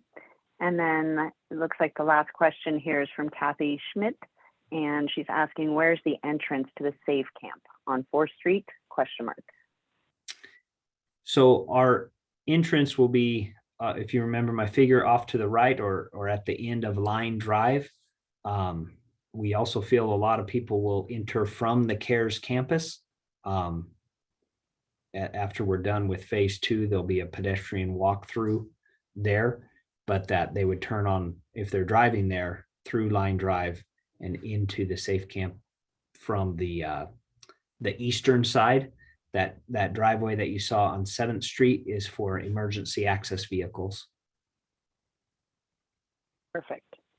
Okay, and then just to kind of bring it back here a little bit, you guys, if you don't mind, again, for time sensitivity, since we're at 7:20 p.m., this is a request for a conditional use permit to allow the establishment of this homeless service provider that is within this zoning and within 600 feet of residentially zoned property. So that's really what we're after here. So I guess my question to you, Greg, would be, should people want some more details and really get into what you guys are doing and how you're doing it, which I have to commend you. I'm just blown away that Washoe County is funding this and that this is happening, that people are working on this so diligently and productively. I want to commend you for that. But I would love for you to share if you have somewhere that people can get some of these basic other comments, you know, how many people can stay in a room, and is there laundry facilities, and how is it structured, that sort of thing, since that's not really entirely what we're here to comment on. Yeah, first I'll say thanks. I'll pass that on to the team. Maybe I'll try to post in the chat a web link where you can get more information about the whole program on Washoe County's website. The part of the question that I'm not really sure on is if we have set up regular public comment meetings. We're in a lot of these meetings because pretty frequently because we're progressing here, but I don't know how to get back to this group to answer that question. I need to talk to Human Services and get a better handle on their public comment intake. So I guess I can't quite answer that third part of the question, but it may be on the website. And I don't know, is there a mechanism where if I get that answer tomorrow, I can share it with the board?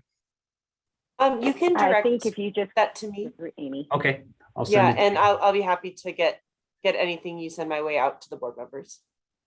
Perfect. Thanks so much, Greg. I appreciate that. And the main reason I'm asking is because sometimes these things come up or questions are asked down the road, and it's nice for us to be able to either reference or direct people that direction. And I'm specifically asking that for should somehow, I see what you guys are talking about, that there's 6 lanes of freeway, we've got sound walls, there's just absolutely no hindrance on the residential units that are referenced within this zoning. But should somebody come up, you know, what is their best mechanism, since this is through Washoe County? Is that going through Washoe County? Is that coming through City of Reno? That sort of thing. So with that, I will lower my hand, and we do have 2 attendees that have questions. Iris, you had your hand up first, so I will go ahead and turn it over to you.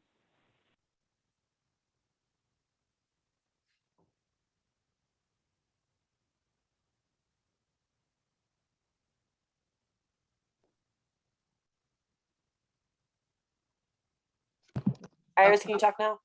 Okay, do you hear me now? Yes. Okay. Iris Jaley Papard for the record, and I just want to commend this work and encourage it to move forward.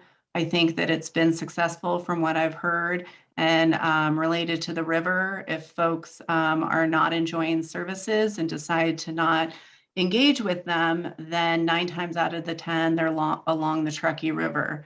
So this, to me, from my work, is not only a human service issue, but a water quality environmental issue. So thank you for your work, and I look forward to seeing this move forward. Thank you. Yeah, even in the temporary tent situation that we have right now, it's kind of the bright spot. We have almost no problems. The people there really enjoy staying there, and we hope to continue that success. Thank you. Great comment, Iris. Okay, moving on to Lisa Hill.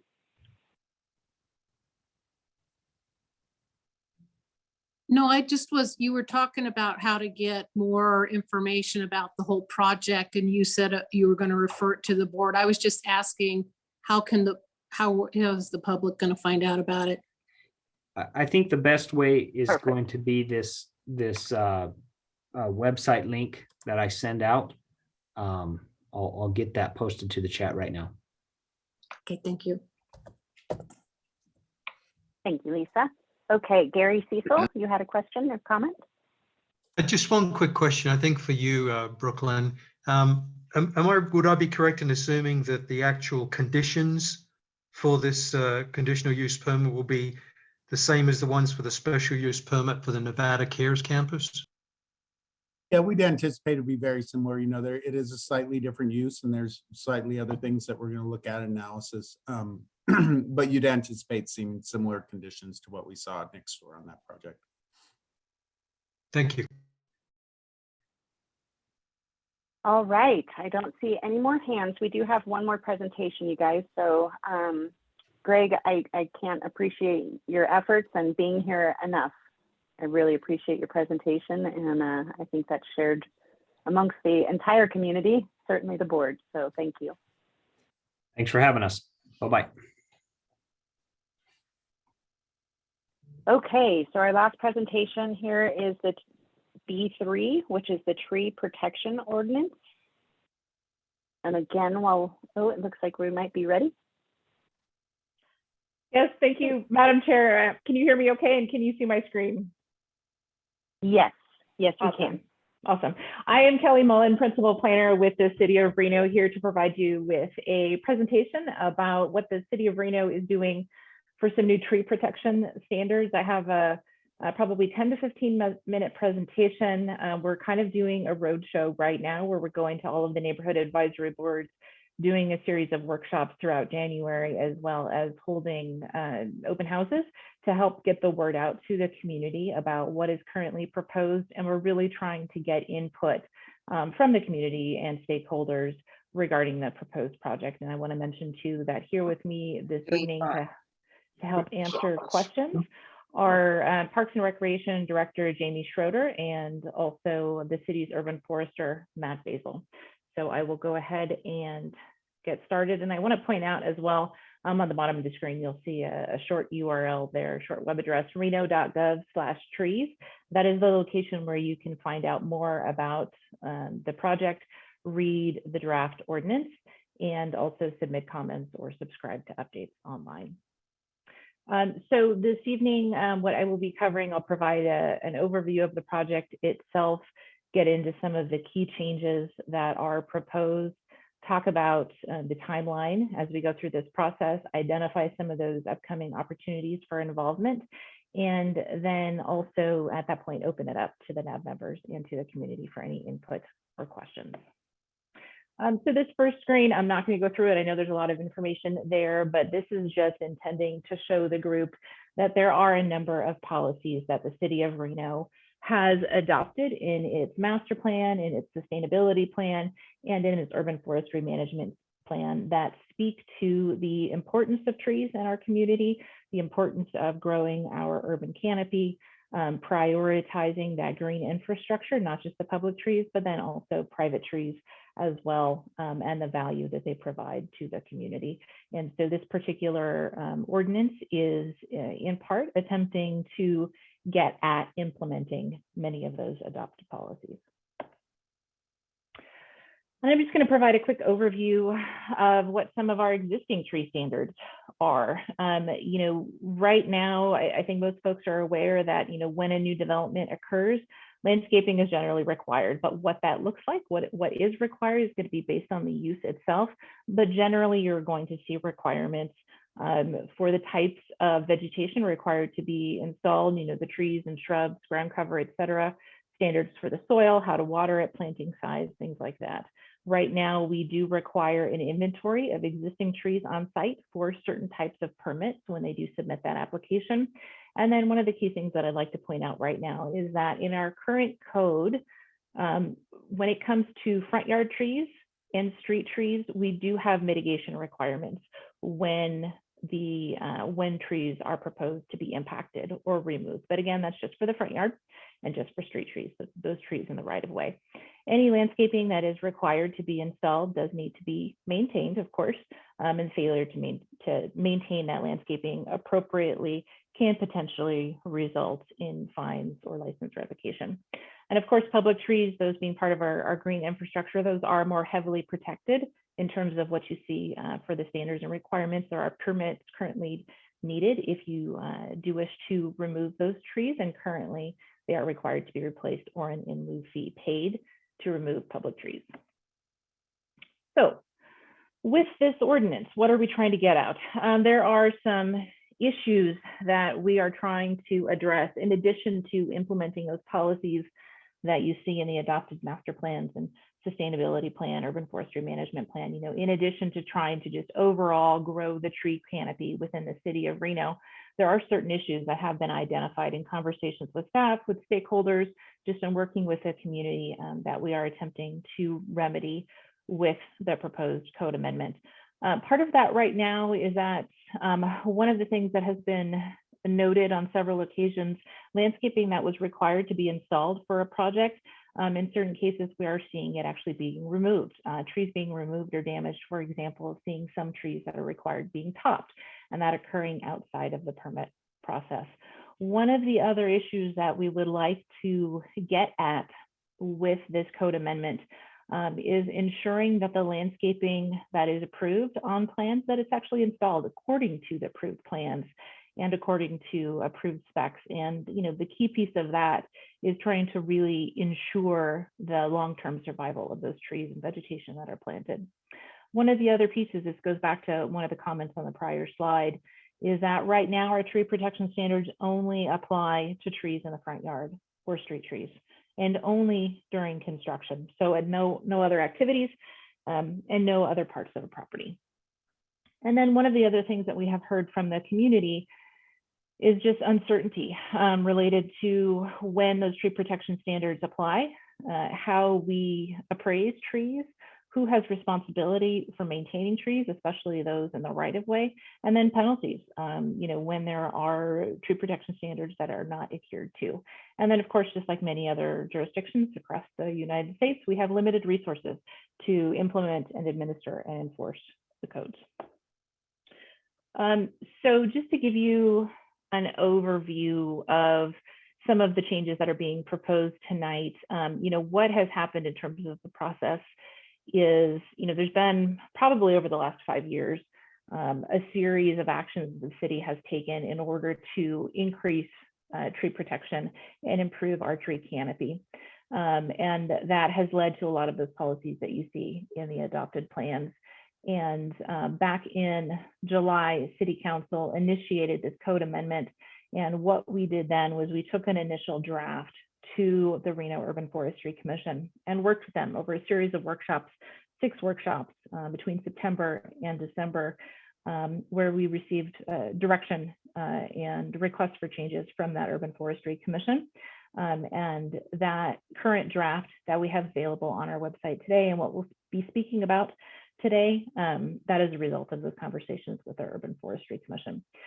So the 2 sections of code that we will be touching with this code amendment, Chapter 832, which is the section of code that deals with public trees and also private trees that have been deemed a nuisance.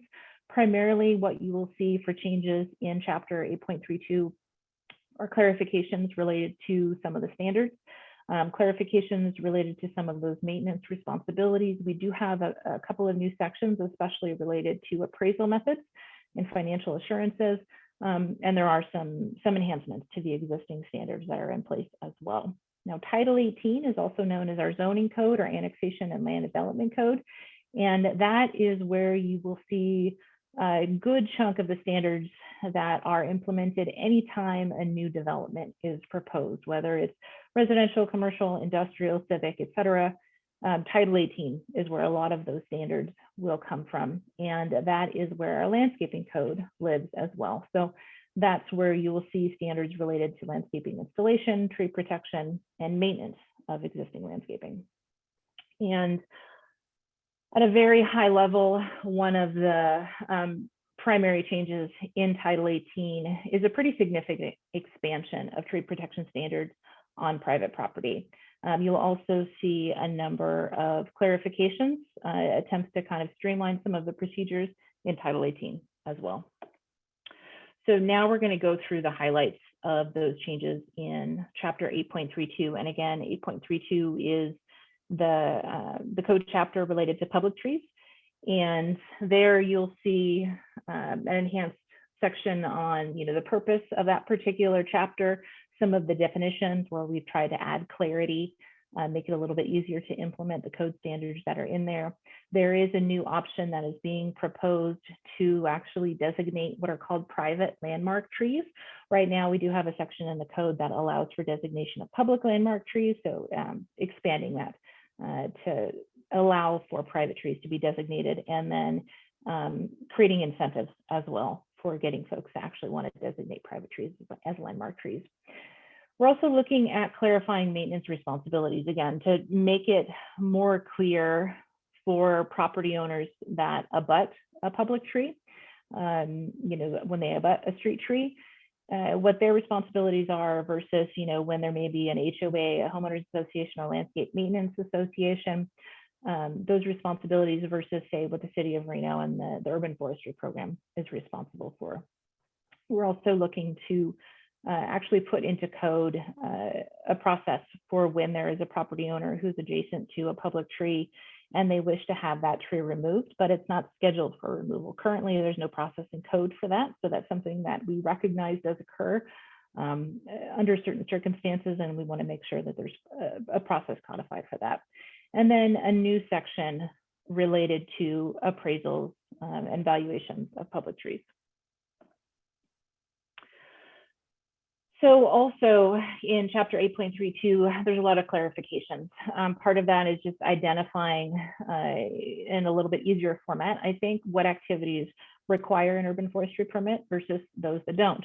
Also looking at providing some clarifications related to permit timelines and appeals. And for those public trees that, when someone is doing some sort of a construction activity adjacent to where they may impact a public tree, if they are not able to put into place adequate protection measures for that public tree, to actually provide financial assurances to ensure that that construction activity does not have a negative impact on the health and longevity of that publicly owned tree. And then some other clarifications, just reorganization, updating sections that have been moved into the city standard details. And next, we're getting into Title 18. And again, Title 18 is our zoning code. And that is what governs much of the, the development standards that you see being implemented when a piece of property is developed, whether again for residential, commercial, civic, industrial, et cetera.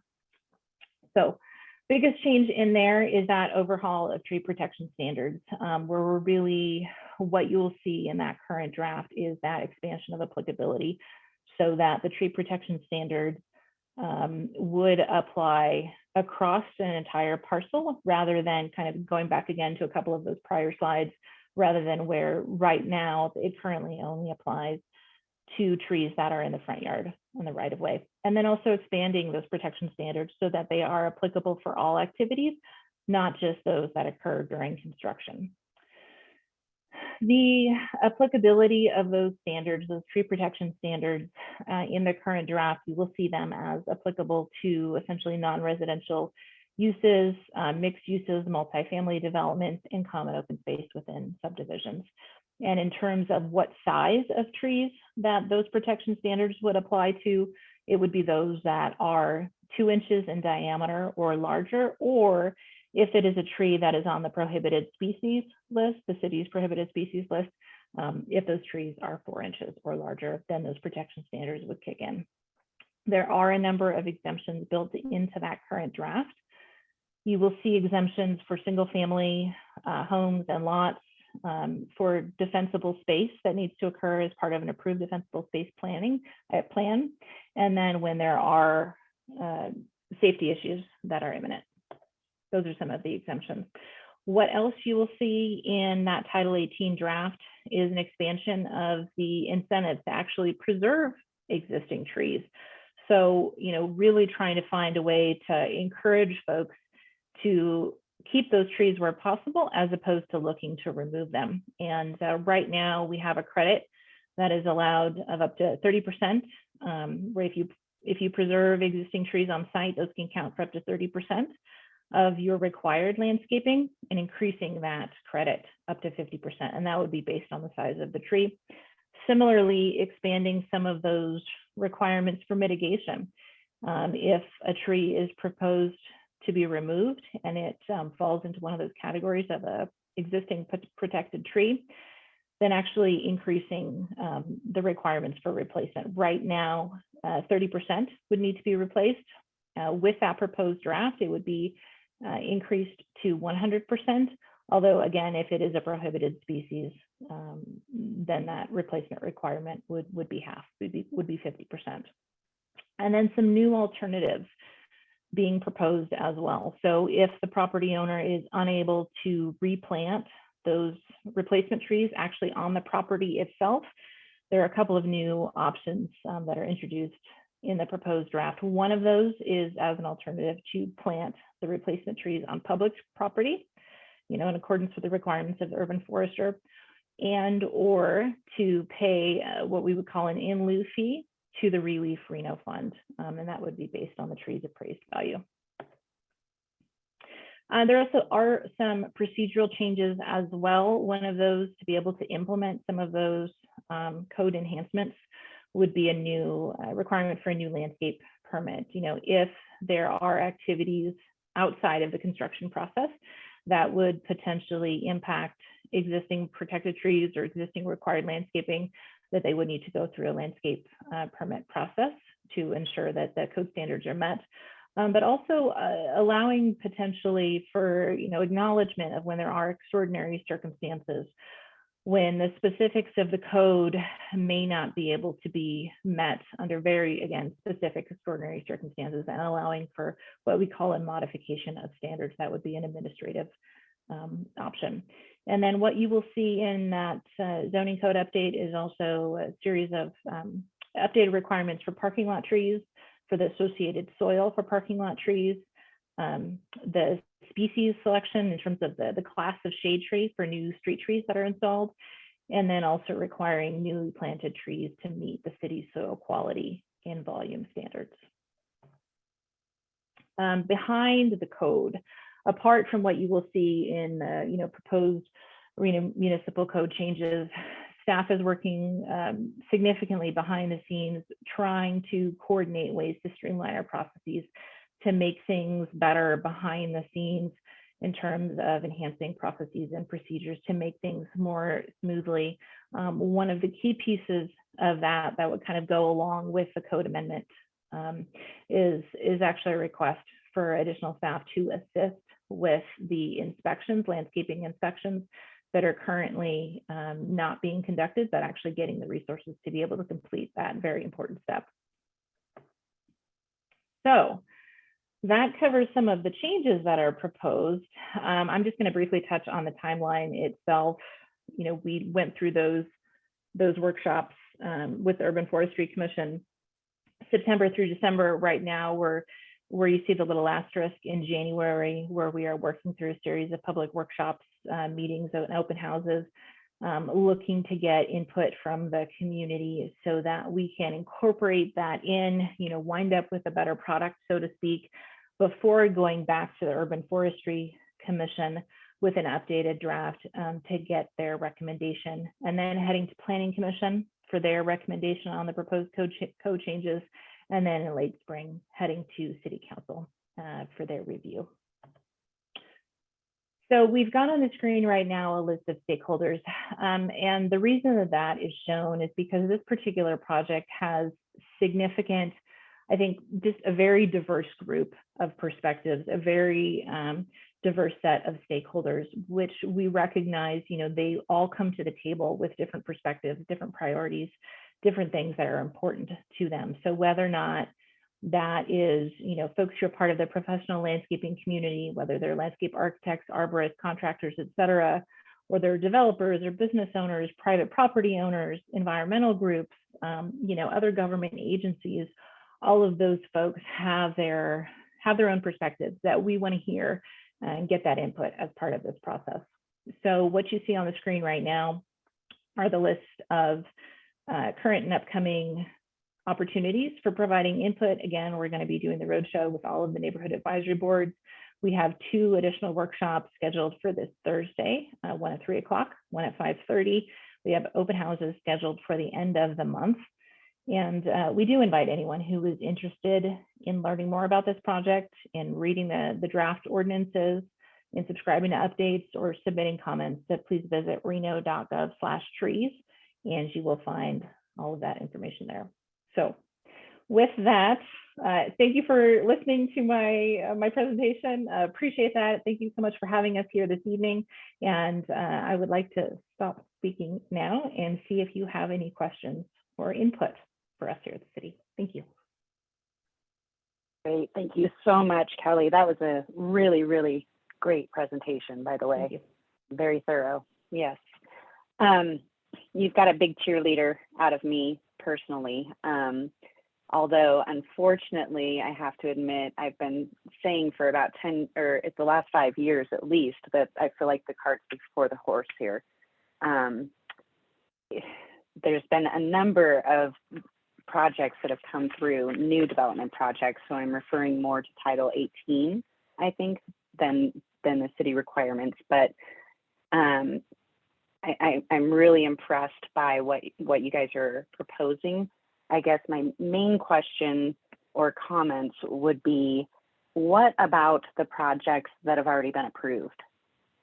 Will these new ordinance kind of, they've been approved, the project's been approved, but it has not yet been built. So I guess my question is, as they come in for permits and as they come through their review process, I'm anticipating that some of these changes might apply to them. Do you happen to know? That's a great question, and something that we've been talking about a little bit internally as well. I think part of the response on that is going to depend on where it is in the process of those development projects. What it was that was included as part of their approval, whether they are approved under the old code or the new code. I think all of those things will come into play, and just in having those conversations internally, and certainly with your comment and question on that as well, I think that's probably something that we need to maybe address a little bit more clearly in our in the way that we talk about this particular project, and then potentially add some language speaking to that as well. So totally understand the concern though. Yeah, I think it'll be necessary. I'm specifically, just to give you the heads up, I'm in Verdi. So as you know, we've got very, very mature trees out here and a number of development projects happening. And a lot of those mature trees are being taken down and not being required to, they're basically putting in shrubs as replacements under the current code. So it's really unfortunate and really kind of devastating, because some of these are in migration routes. So just to kind of throw in the 2 cents of wildlife concerns within all of this as well, on some of the outskirting areas, I appreciate, once again, I'm speaking to Title 18 and not so much the 8.32, but I think as far as these new development projects go, you're going to see a lot more coming through the pipeline, at least. Well, like I said, cart before the horse, right? We've got a lot of projects that have been approved but have not yet been built. And I think that some of these changes could go a really long way in improving those projects and how they're built out. And then I just also wanted to commend you guys too on your outreach efforts.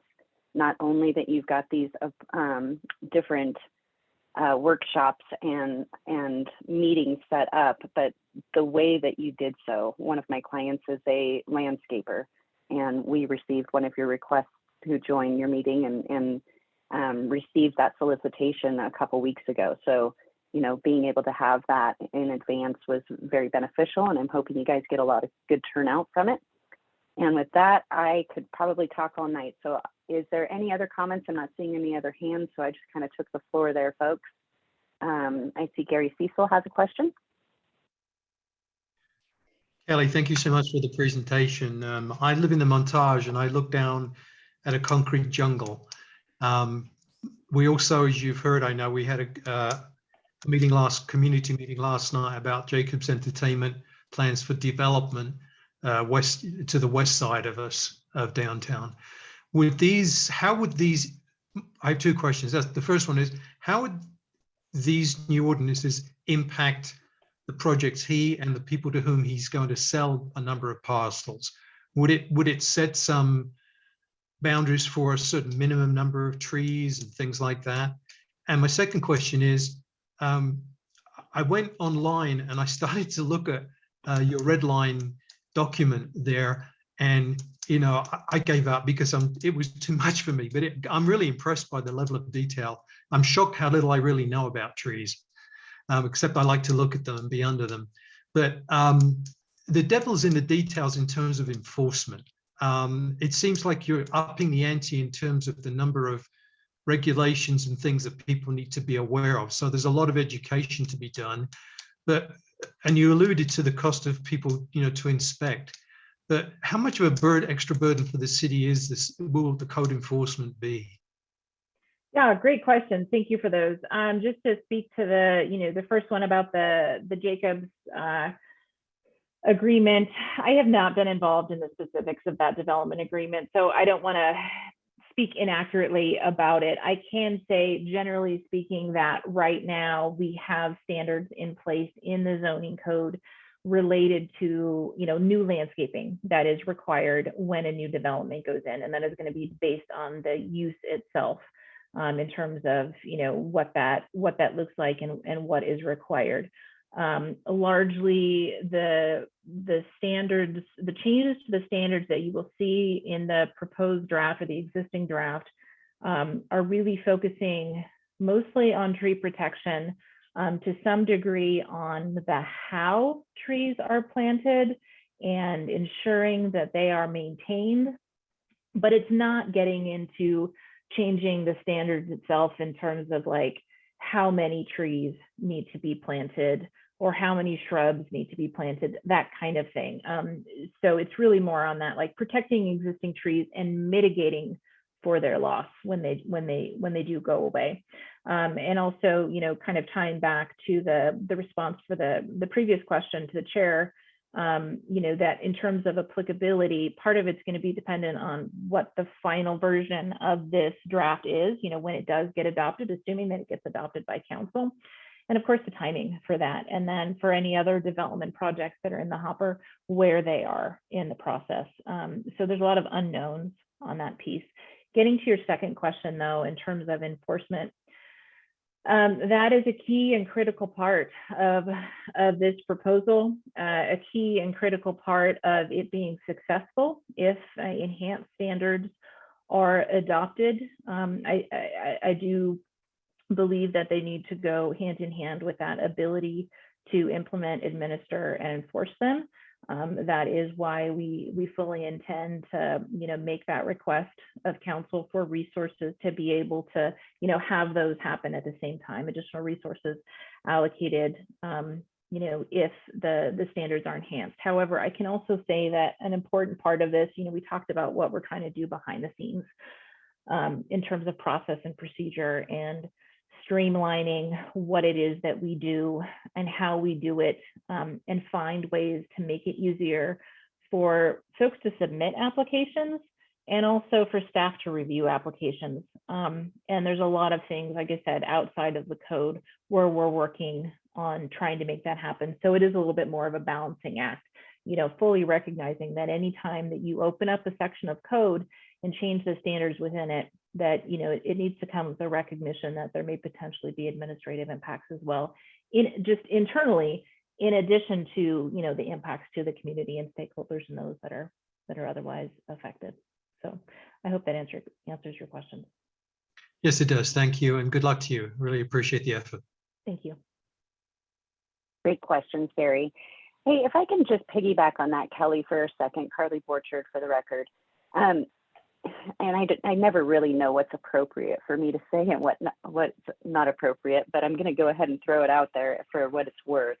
you know, we've been going through this development process in our area for quite some time, and we've been working with a number of developers who have been amazing, and others not so much, but that's kind of their prerogative, right? It's their private property.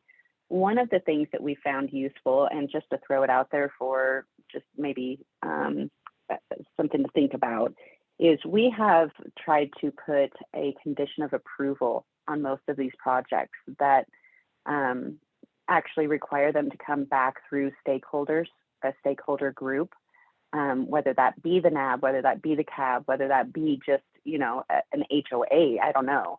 But to actually review what was actually agreed upon, what was approved versus what is the final outcome, because that has been an issue for many years in the past projects that we have seen developed, is that the plan that was anticipated, you know, once it leaves the council and the planning commission, it goes behind closed doors to the building permits and the permit process, things change dramatically.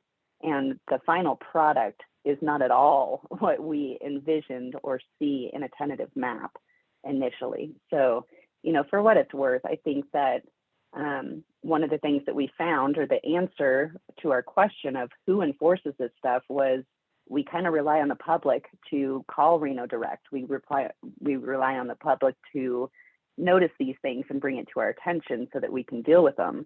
I think that it might just be better to nip it before it gets to that point and do a final review of plans, but for what it's worth. We do have one more comment from an attendee, which is Fred Frampton.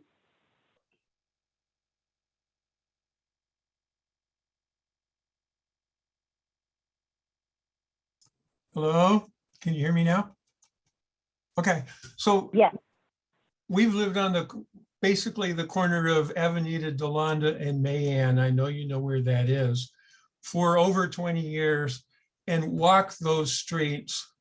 And there are hundreds, perhaps thousands of trees on going up Avenida Delanda and west on Mayan.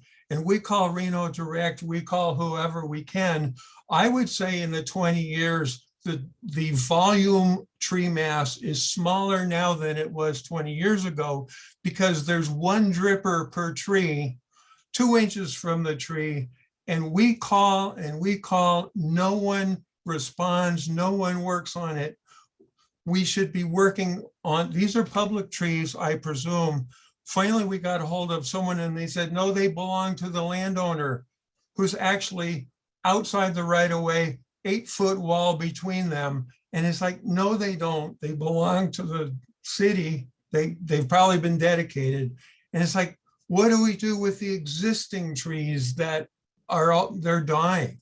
You know, we have this dwarf forest on Beaumont and Avenida that the spruce trees are about 6 feet high for 20 years. It's like, what can we do with that aspect? Because you're not getting any mass if they don't grow, and all they do is cut them down when they die. Okay, that's all I have. Comment. Fred, thank you so much. I lost you.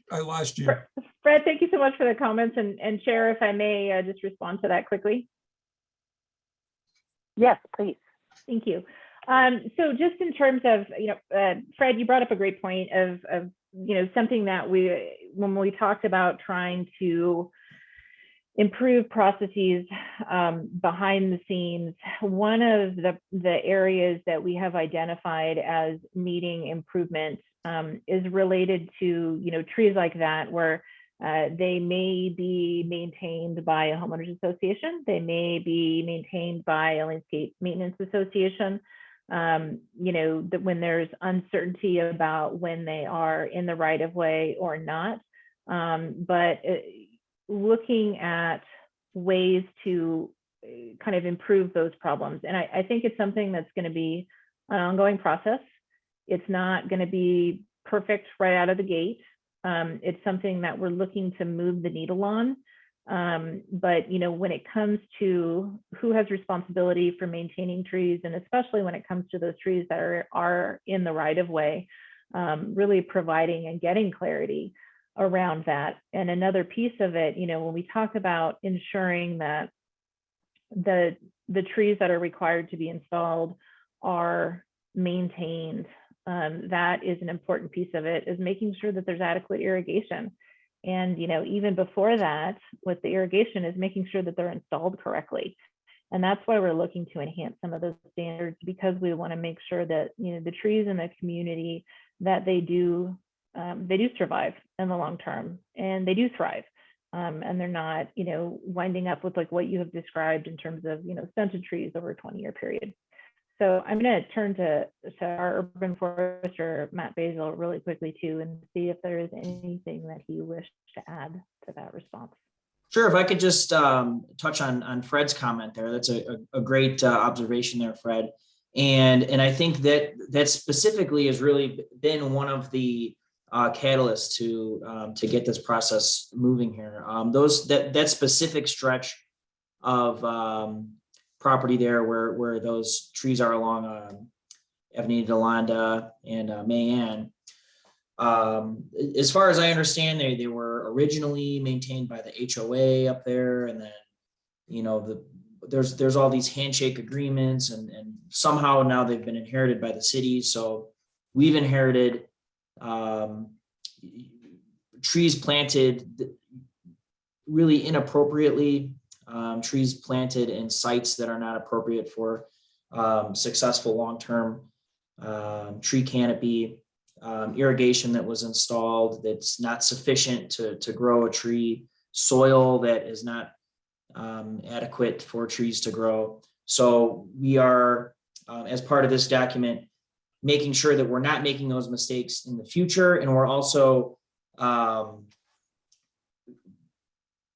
figuring out how to deal with some of these past mistakes. So as a part of this process, kind of behind the scenes, we've been working to map out a lot of these areas, inventory specifically what is in these areas where it's kind of a gray area of as far as maintenance goes.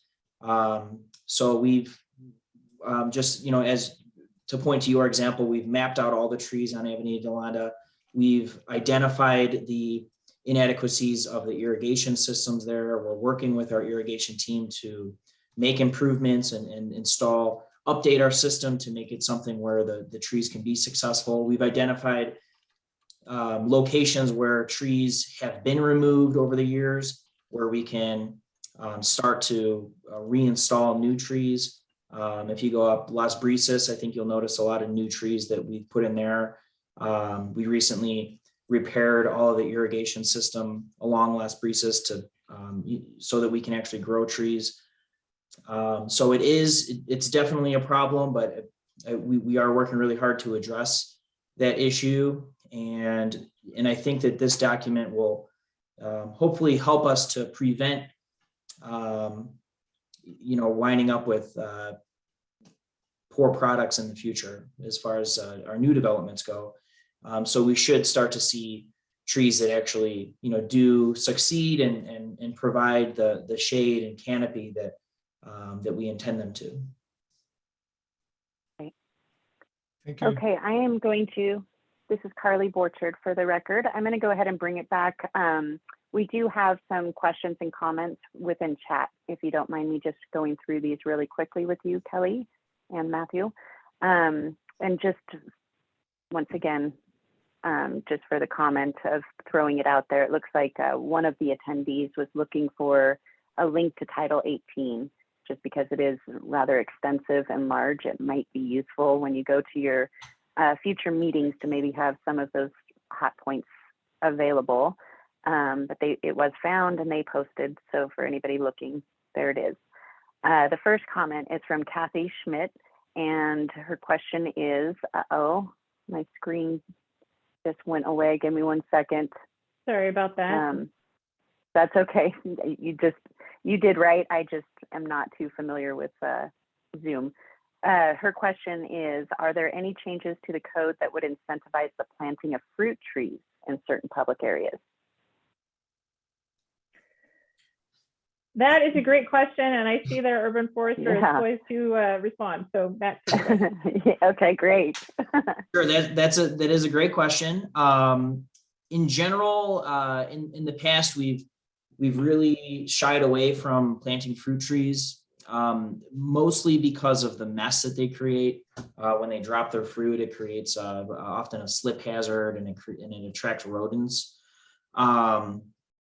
You know, so in general, we kind of frown upon them in the public right of way. They're in the old code, they were actually prohibited to be planted in the right of way. In the updated acceptable tree species list, they're no longer prohibited. So we do allow them in appropriate situations, namely if it's in front of someone's house and, you know, someone who does a lot of gardening and things, we will allow them to have a fruit tree. We've also been working with the Reno Gleaning Project, which is it's a volunteer group who goes around and they do gleaning, which is harvesting fruit from trees that would otherwise go to waste. So one of the projects we're working with them is looking at different parks especially in more socioeconomically challenged areas, where we can install some fruit trees that are available to be harvested by the local community, and also serve as a educational resource to help training people on how to care for fruit trees and how to get fruit themselves. So great question. Yeah, it was. Okay, moving on, there's a negative comment from Barbara Fene. She said, great job and thorough presentation. Reno and Washoe County needs to become a tree city again to help with pollution, shade, environmental degradation. The next comment is from Jack Eckert, and he says, Carly hit the nail on the head. How do you appraise trees? A development in late 2021 on Peavine will be removing old growth Jeffrey pines. City worked with developer for a mitigation replacement plan who has authority to block such things. Excuse me, kind of ran into there. The city worked with the developer for a mitigation replacement plan. Who has the authority to block such things in the future? Can you actually tell a landowner what they can and cannot do? Look at what the judge recently did in development in our ward and how Councilwoman Jordan commented it may be going to the Nevada Supreme Court. I don't think there's really a question in there other than kind of what we've already kind of discussed, Kelly, just as far as who has the authority to block such things. I think that that's going to be really important, is the enforcement of this code. You guys have any input on that? And yeah, I'll just speak to it briefly that, you know, one of the new sections that is proposed in chapter 8.32 is new language related to the appraisal of trees. And it includes, you know, description of, you know, what resources would need to be used for doing like a full appraisal, but then we've also created in that draft a new, what we call simplified appraisal method that is based on the caliper, the diameter inch of the tree itself. Now, you know, at the end of the day, I don't know what's going to get adopted or not. That's what's in the current draft. And certainly when it comes to, you know, implementing the standards or I should say adopting the standards, that council that has that final decision. But absolutely, you know, there's always the possibility that code provisions, you know, that there may be a suit related to that goes to the court system, and then a judge jumps in and, you know, makes decisions related to the legality of what's been adopted or how it's been implemented. So that's something that certainly we work with our legal team up front to try to find ways to ensure that any code that is passed, it has good legal standing. So that is less likely to occur on the back end, but, you know, no guarantees. Great answer. Well, I guess it just flows right into Matthew's next comment, which is, if approved, this will be our 40th year as a Tree City USA. That's pretty cool. I didn't realize that. And then Lisa Hill, where is most of the tree loss occurring? That is a great question, and I'm going to see if off the top of his head, our urban forester may know. I know that we've had some studies done through Nevada Division of Forestry, and see if that's something that he may be able to speak to. Sure. So we did have a canopy study done in 2012 that quantified all of the tree canopy that we have within the city of Reno. And I'm working with the Nevada Division of Forestry to update that that study using more up-to-date methodology to do more in-depth analysis. At least what we see anecdotally in our day-to-day maintenance activities, we lose a lot of trees to lack of irrigation, something that Fred brought up earlier. We see that a lot in neighborhoods, especially where you have landowners that are where the property is being rented and the irrigation is kind of turned off. A lot of times we remove a lot of trees that way. So we did address that in our update here as far as maintenance responsibilities. We do see quite a bit of different diseases and pests and things, but we do have a program to address that. So I would not attribute most of our tree loss to those to pests and diseases. A lot of what we've touched on in this document is trying to prevent the loss of trees during development activities. So like someone brought up the loss of the Jeffrey pine trees. This gives us at least a tool to not, it doesn't let us completely prevent the loss of those trees, but to me, it incentivizes retaining the trees in the new development. And it requires some mitigation for the loss of those trees if the developer does decide to remove them. So it does help us to quantify those losses during a development situation and make sure that our canopy is being replaced. And now, of course, it's impossible to replace a native stand of Jeffrey pines, but this document does give us the tools to ensure that we're doing what's the best that we feasibly can to replace what's lost. Next question is there someone to call regarding problems when Reno Direct does not respond? Is there a better contact or resource for folks?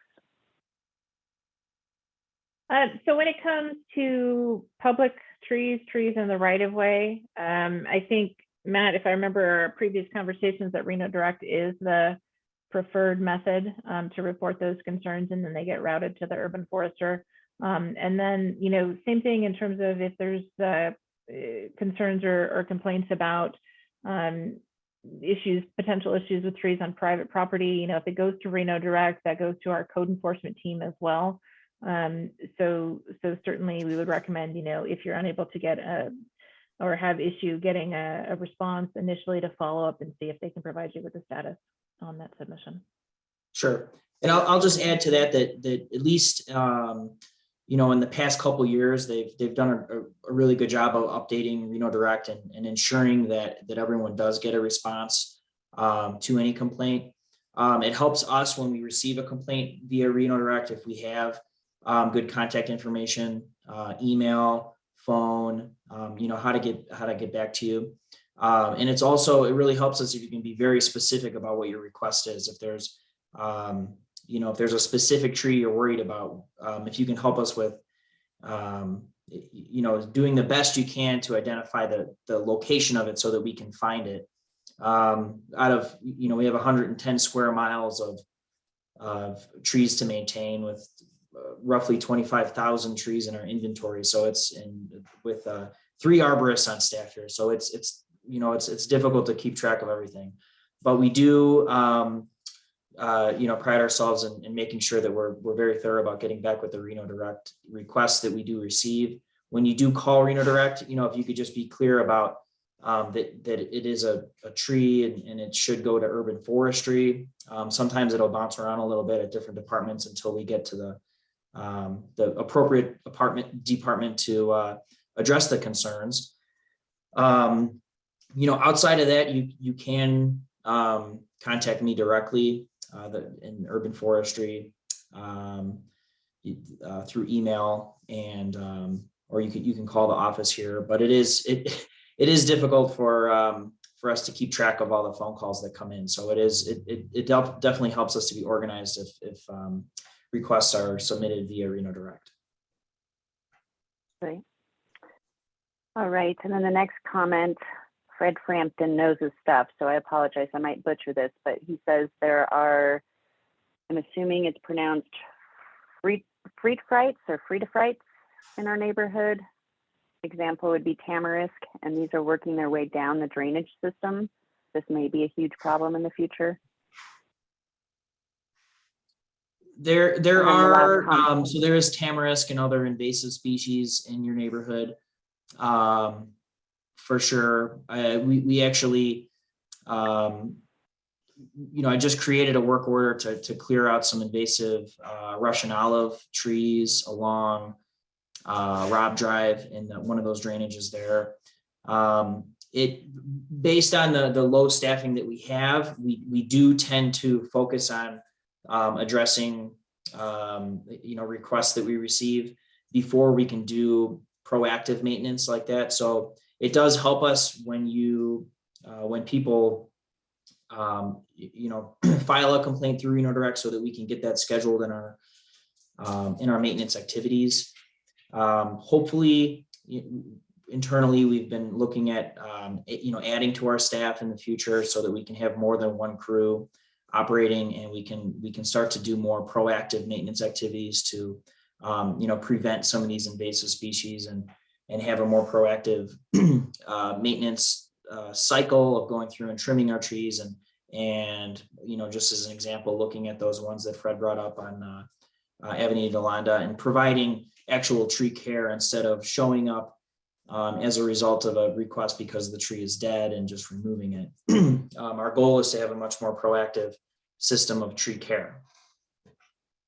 That'd be wonderful. All right, the last comment feeds right into that Reno Direct is wonderful and they have been very responsive, and this is from Kathy Schmidt, and she appreciates the service. Okay, with that, I don't see any more questions. Was there any more comments from the board, or shall we bid these folks good night? Okay, I see none, so we will bid you good night. Thank you guys so much for sticking around with us and for, like I said, an awesome presentation. It was very thorough. Thank you. Have a wonderful evening. You as well. Thank you, everyone. All right, with that, we've got a couple people that have stuck with us here. Let's move on to agenda item C, which is board, commission, and committee member reports and announcements, limited to items that do not appear elsewhere on the agenda, and no action may be taken, but just for us to kind of throw some things out here. I did have a couple things, if I may, just really quickly. Amy, I wanted to check on a couple things. Number one, I just want to make a comment that I failed to make at the beginning of the presentation, that the minutes that are being taken right now are exceptional. And I just wanted to make sure that I commended our note taker, that our minutes have been very thorough and appreciated. I know that we went several months without, and some of our previous minutes were very vague. So it's nice to have that. Which feeds into my question, which is on timing of these meetings. I know that in the past, we've always tried to keep them till about 7:30. I know tonight I was really trying to be thorough in getting everybody's comments and questions on the record. So I kind of anticipated this tonight to go a little bit long. But I just want to make sure that we're keeping on focus, talk about timing, advise the board that I could use some assistance if you feel like we're straying too far from the topic. any comments or concerns on that from the board would be appreciated. Yeah, and I'll also, this is Amy Pennington for the record. We will be doing in March, we'll be doing a full training for all board and committee members for all of the Reno boards, which will also help, I think, everyone feel like they're a bit tighter on the reins of everything. But yeah, I mean, other than that, I think it's just, you have a very thoughtful board with a lot of good questions. So For sure. Yeah. Just takes a little bit of time. Yeah, I couldn't agree more. And, you know, I certainly don't mind going to 2.5 hours, but I know that may not be prudent for some of the city staff. And I would hate for these meetings to become a burden, I guess, is what I'm trying to avoid. And just trying to keep that in consideration. Were there any other board, commission, or committee member reports or announcements? I do see Gary Cecil has his hand up. Gary? Actually, Carly, before you even said anything, I was actually just going to say how much I've appreciated my first two meetings, you being chair. And I don't know if this is where I would propose it, but I would love you to continue to do that. I know you used to swap around from people, and maybe that would be nice. But being so new, I've really felt very comfortable with the guidance that you've provided and what you've done. So I don't know what everybody else thinks, but I'd love you to continue doing it, please. Thank you, Gary. Carly Borch, go ahead. Oh yeah, Amy Pennington for the record. That can definitely be taken as a comment right now, but we're not agendized to take any sort of action on something like that at this moment. So a great comment for the record, but it can't be actioned. No worries. Yes, understood. Thank you, though. I appreciate the compliment, Gary. We've got a comment from Patrick Coleman. Patrick Coleman, for the record, at the last meeting in this comment section, I brought up two things, and I just wanted to start with thanking Councilwoman Jordan and Amy and staff for the help with some of those, especially the street lights at Spokane and 6th Street by the crosswalk, and also Reno Direct. Those were recently fixed. They had been out for some time, and it's definitely a lot safer over there for a crosswalk on a busy street now that those lights are back on. I also just wanted to update and again thank Councilwoman Jordan for all the attention to the some of the ordinances that were coming through, especially that were under consideration around packaged liquor in convenience stores. Agreed. Thank you for the comment. Okay, item D is future agenda items. For discussion of items on future agendas, is there anything that somebody would like to agendize for? Oh, I've got some more people raising their hands. My apologies. Mac Rossi, I hope I didn't jump too far ahead there. Thank you, Carly. Mac Rossi for the record. We've contacted Amy a few weeks ago about the NDOT coming into our next meeting in February. This is pertaining mainly to 7th Street and McCarran. I just wanted to ask Amy if she would be possible. First of all, let me back up a second here. This has been going on for about 2.5 years, and because of the virus, it just kind of was tabled for a while. But Rebecca Vaines was originally approached on this. She's a member of the city, and she has some of the data that needs to be presented at the time that NDOT is in here to make their presentation. And I'd also like to ask Amy if she makes sure that RTC is part of this, which I believe it is, but I would like them to ask RTC. This is in the moving of a bus stop about 30 to 40 yards on 7th and McCarran down on 7th Street because of the blockage of traffic. And there may be a possibility that somebody has to contact the shopping center owners for approval. I'm not sure. It's been such a long time since we did this, and to see whether that's needed before the next presentation in February. Thank you. I will follow up on those items. Thank you, Amy. Thank you, Mac, for being on top of that and staying on top of that. I appreciate that. That'll be a great presentation thanks to your persistence with it. So I appreciate it. Gary, you had another comment or Yes. item? This relates to something that Mac mentioned early in the meeting, that the NAB1 decided not to hold a meeting tonight, at which the Jacobs Entertainment Group was going to present an application for a conditional use permit for their new Glow Plaza. I'm alarmed that there may not be the opportunity to get before another NAB besides ours, before the Planning Commission on the 16th of February. And I would plead, Amy, that we get Mr. Gordon to the NAB 5 next time as well, because this is a very, very critical application for people downtown. It could affect us very greatly for a large bulk of time next summer. And there are a lot of people who wanted to comment that were not able to because the NAB 1 was canceled.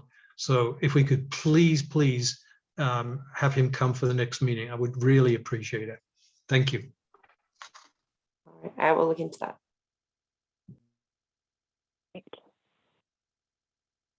Amy, I think we've been discussing it for a while, and I'm more than happy to continue chairing. Please don't get me wrong, but we might want to just open it up for conversation. I don't know if we should agendize the chairman position and how we want to move forward. I think we discussed at the last meeting, you might have to correct me here, that I would just continue until March, until we at least got our training and our feet under us. Is that what we're doing? Should we not agendize it yet? That is what we had previously determined. Yeah, was that you would do it until the training in March, and then recommended at that point to perhaps have a discussion with the board. But obviously it's your guys' call, not mine. So. Okay, perfect. I just wanted to make sure. I kind of spoke before I needed to there. Okay, are there any other items to be on our future agendas, folks? Seeing no hands, I'm going to go ahead and move on to our final public comment, item E. Was there any public comment, Amy, or do any of the attendees want to speak?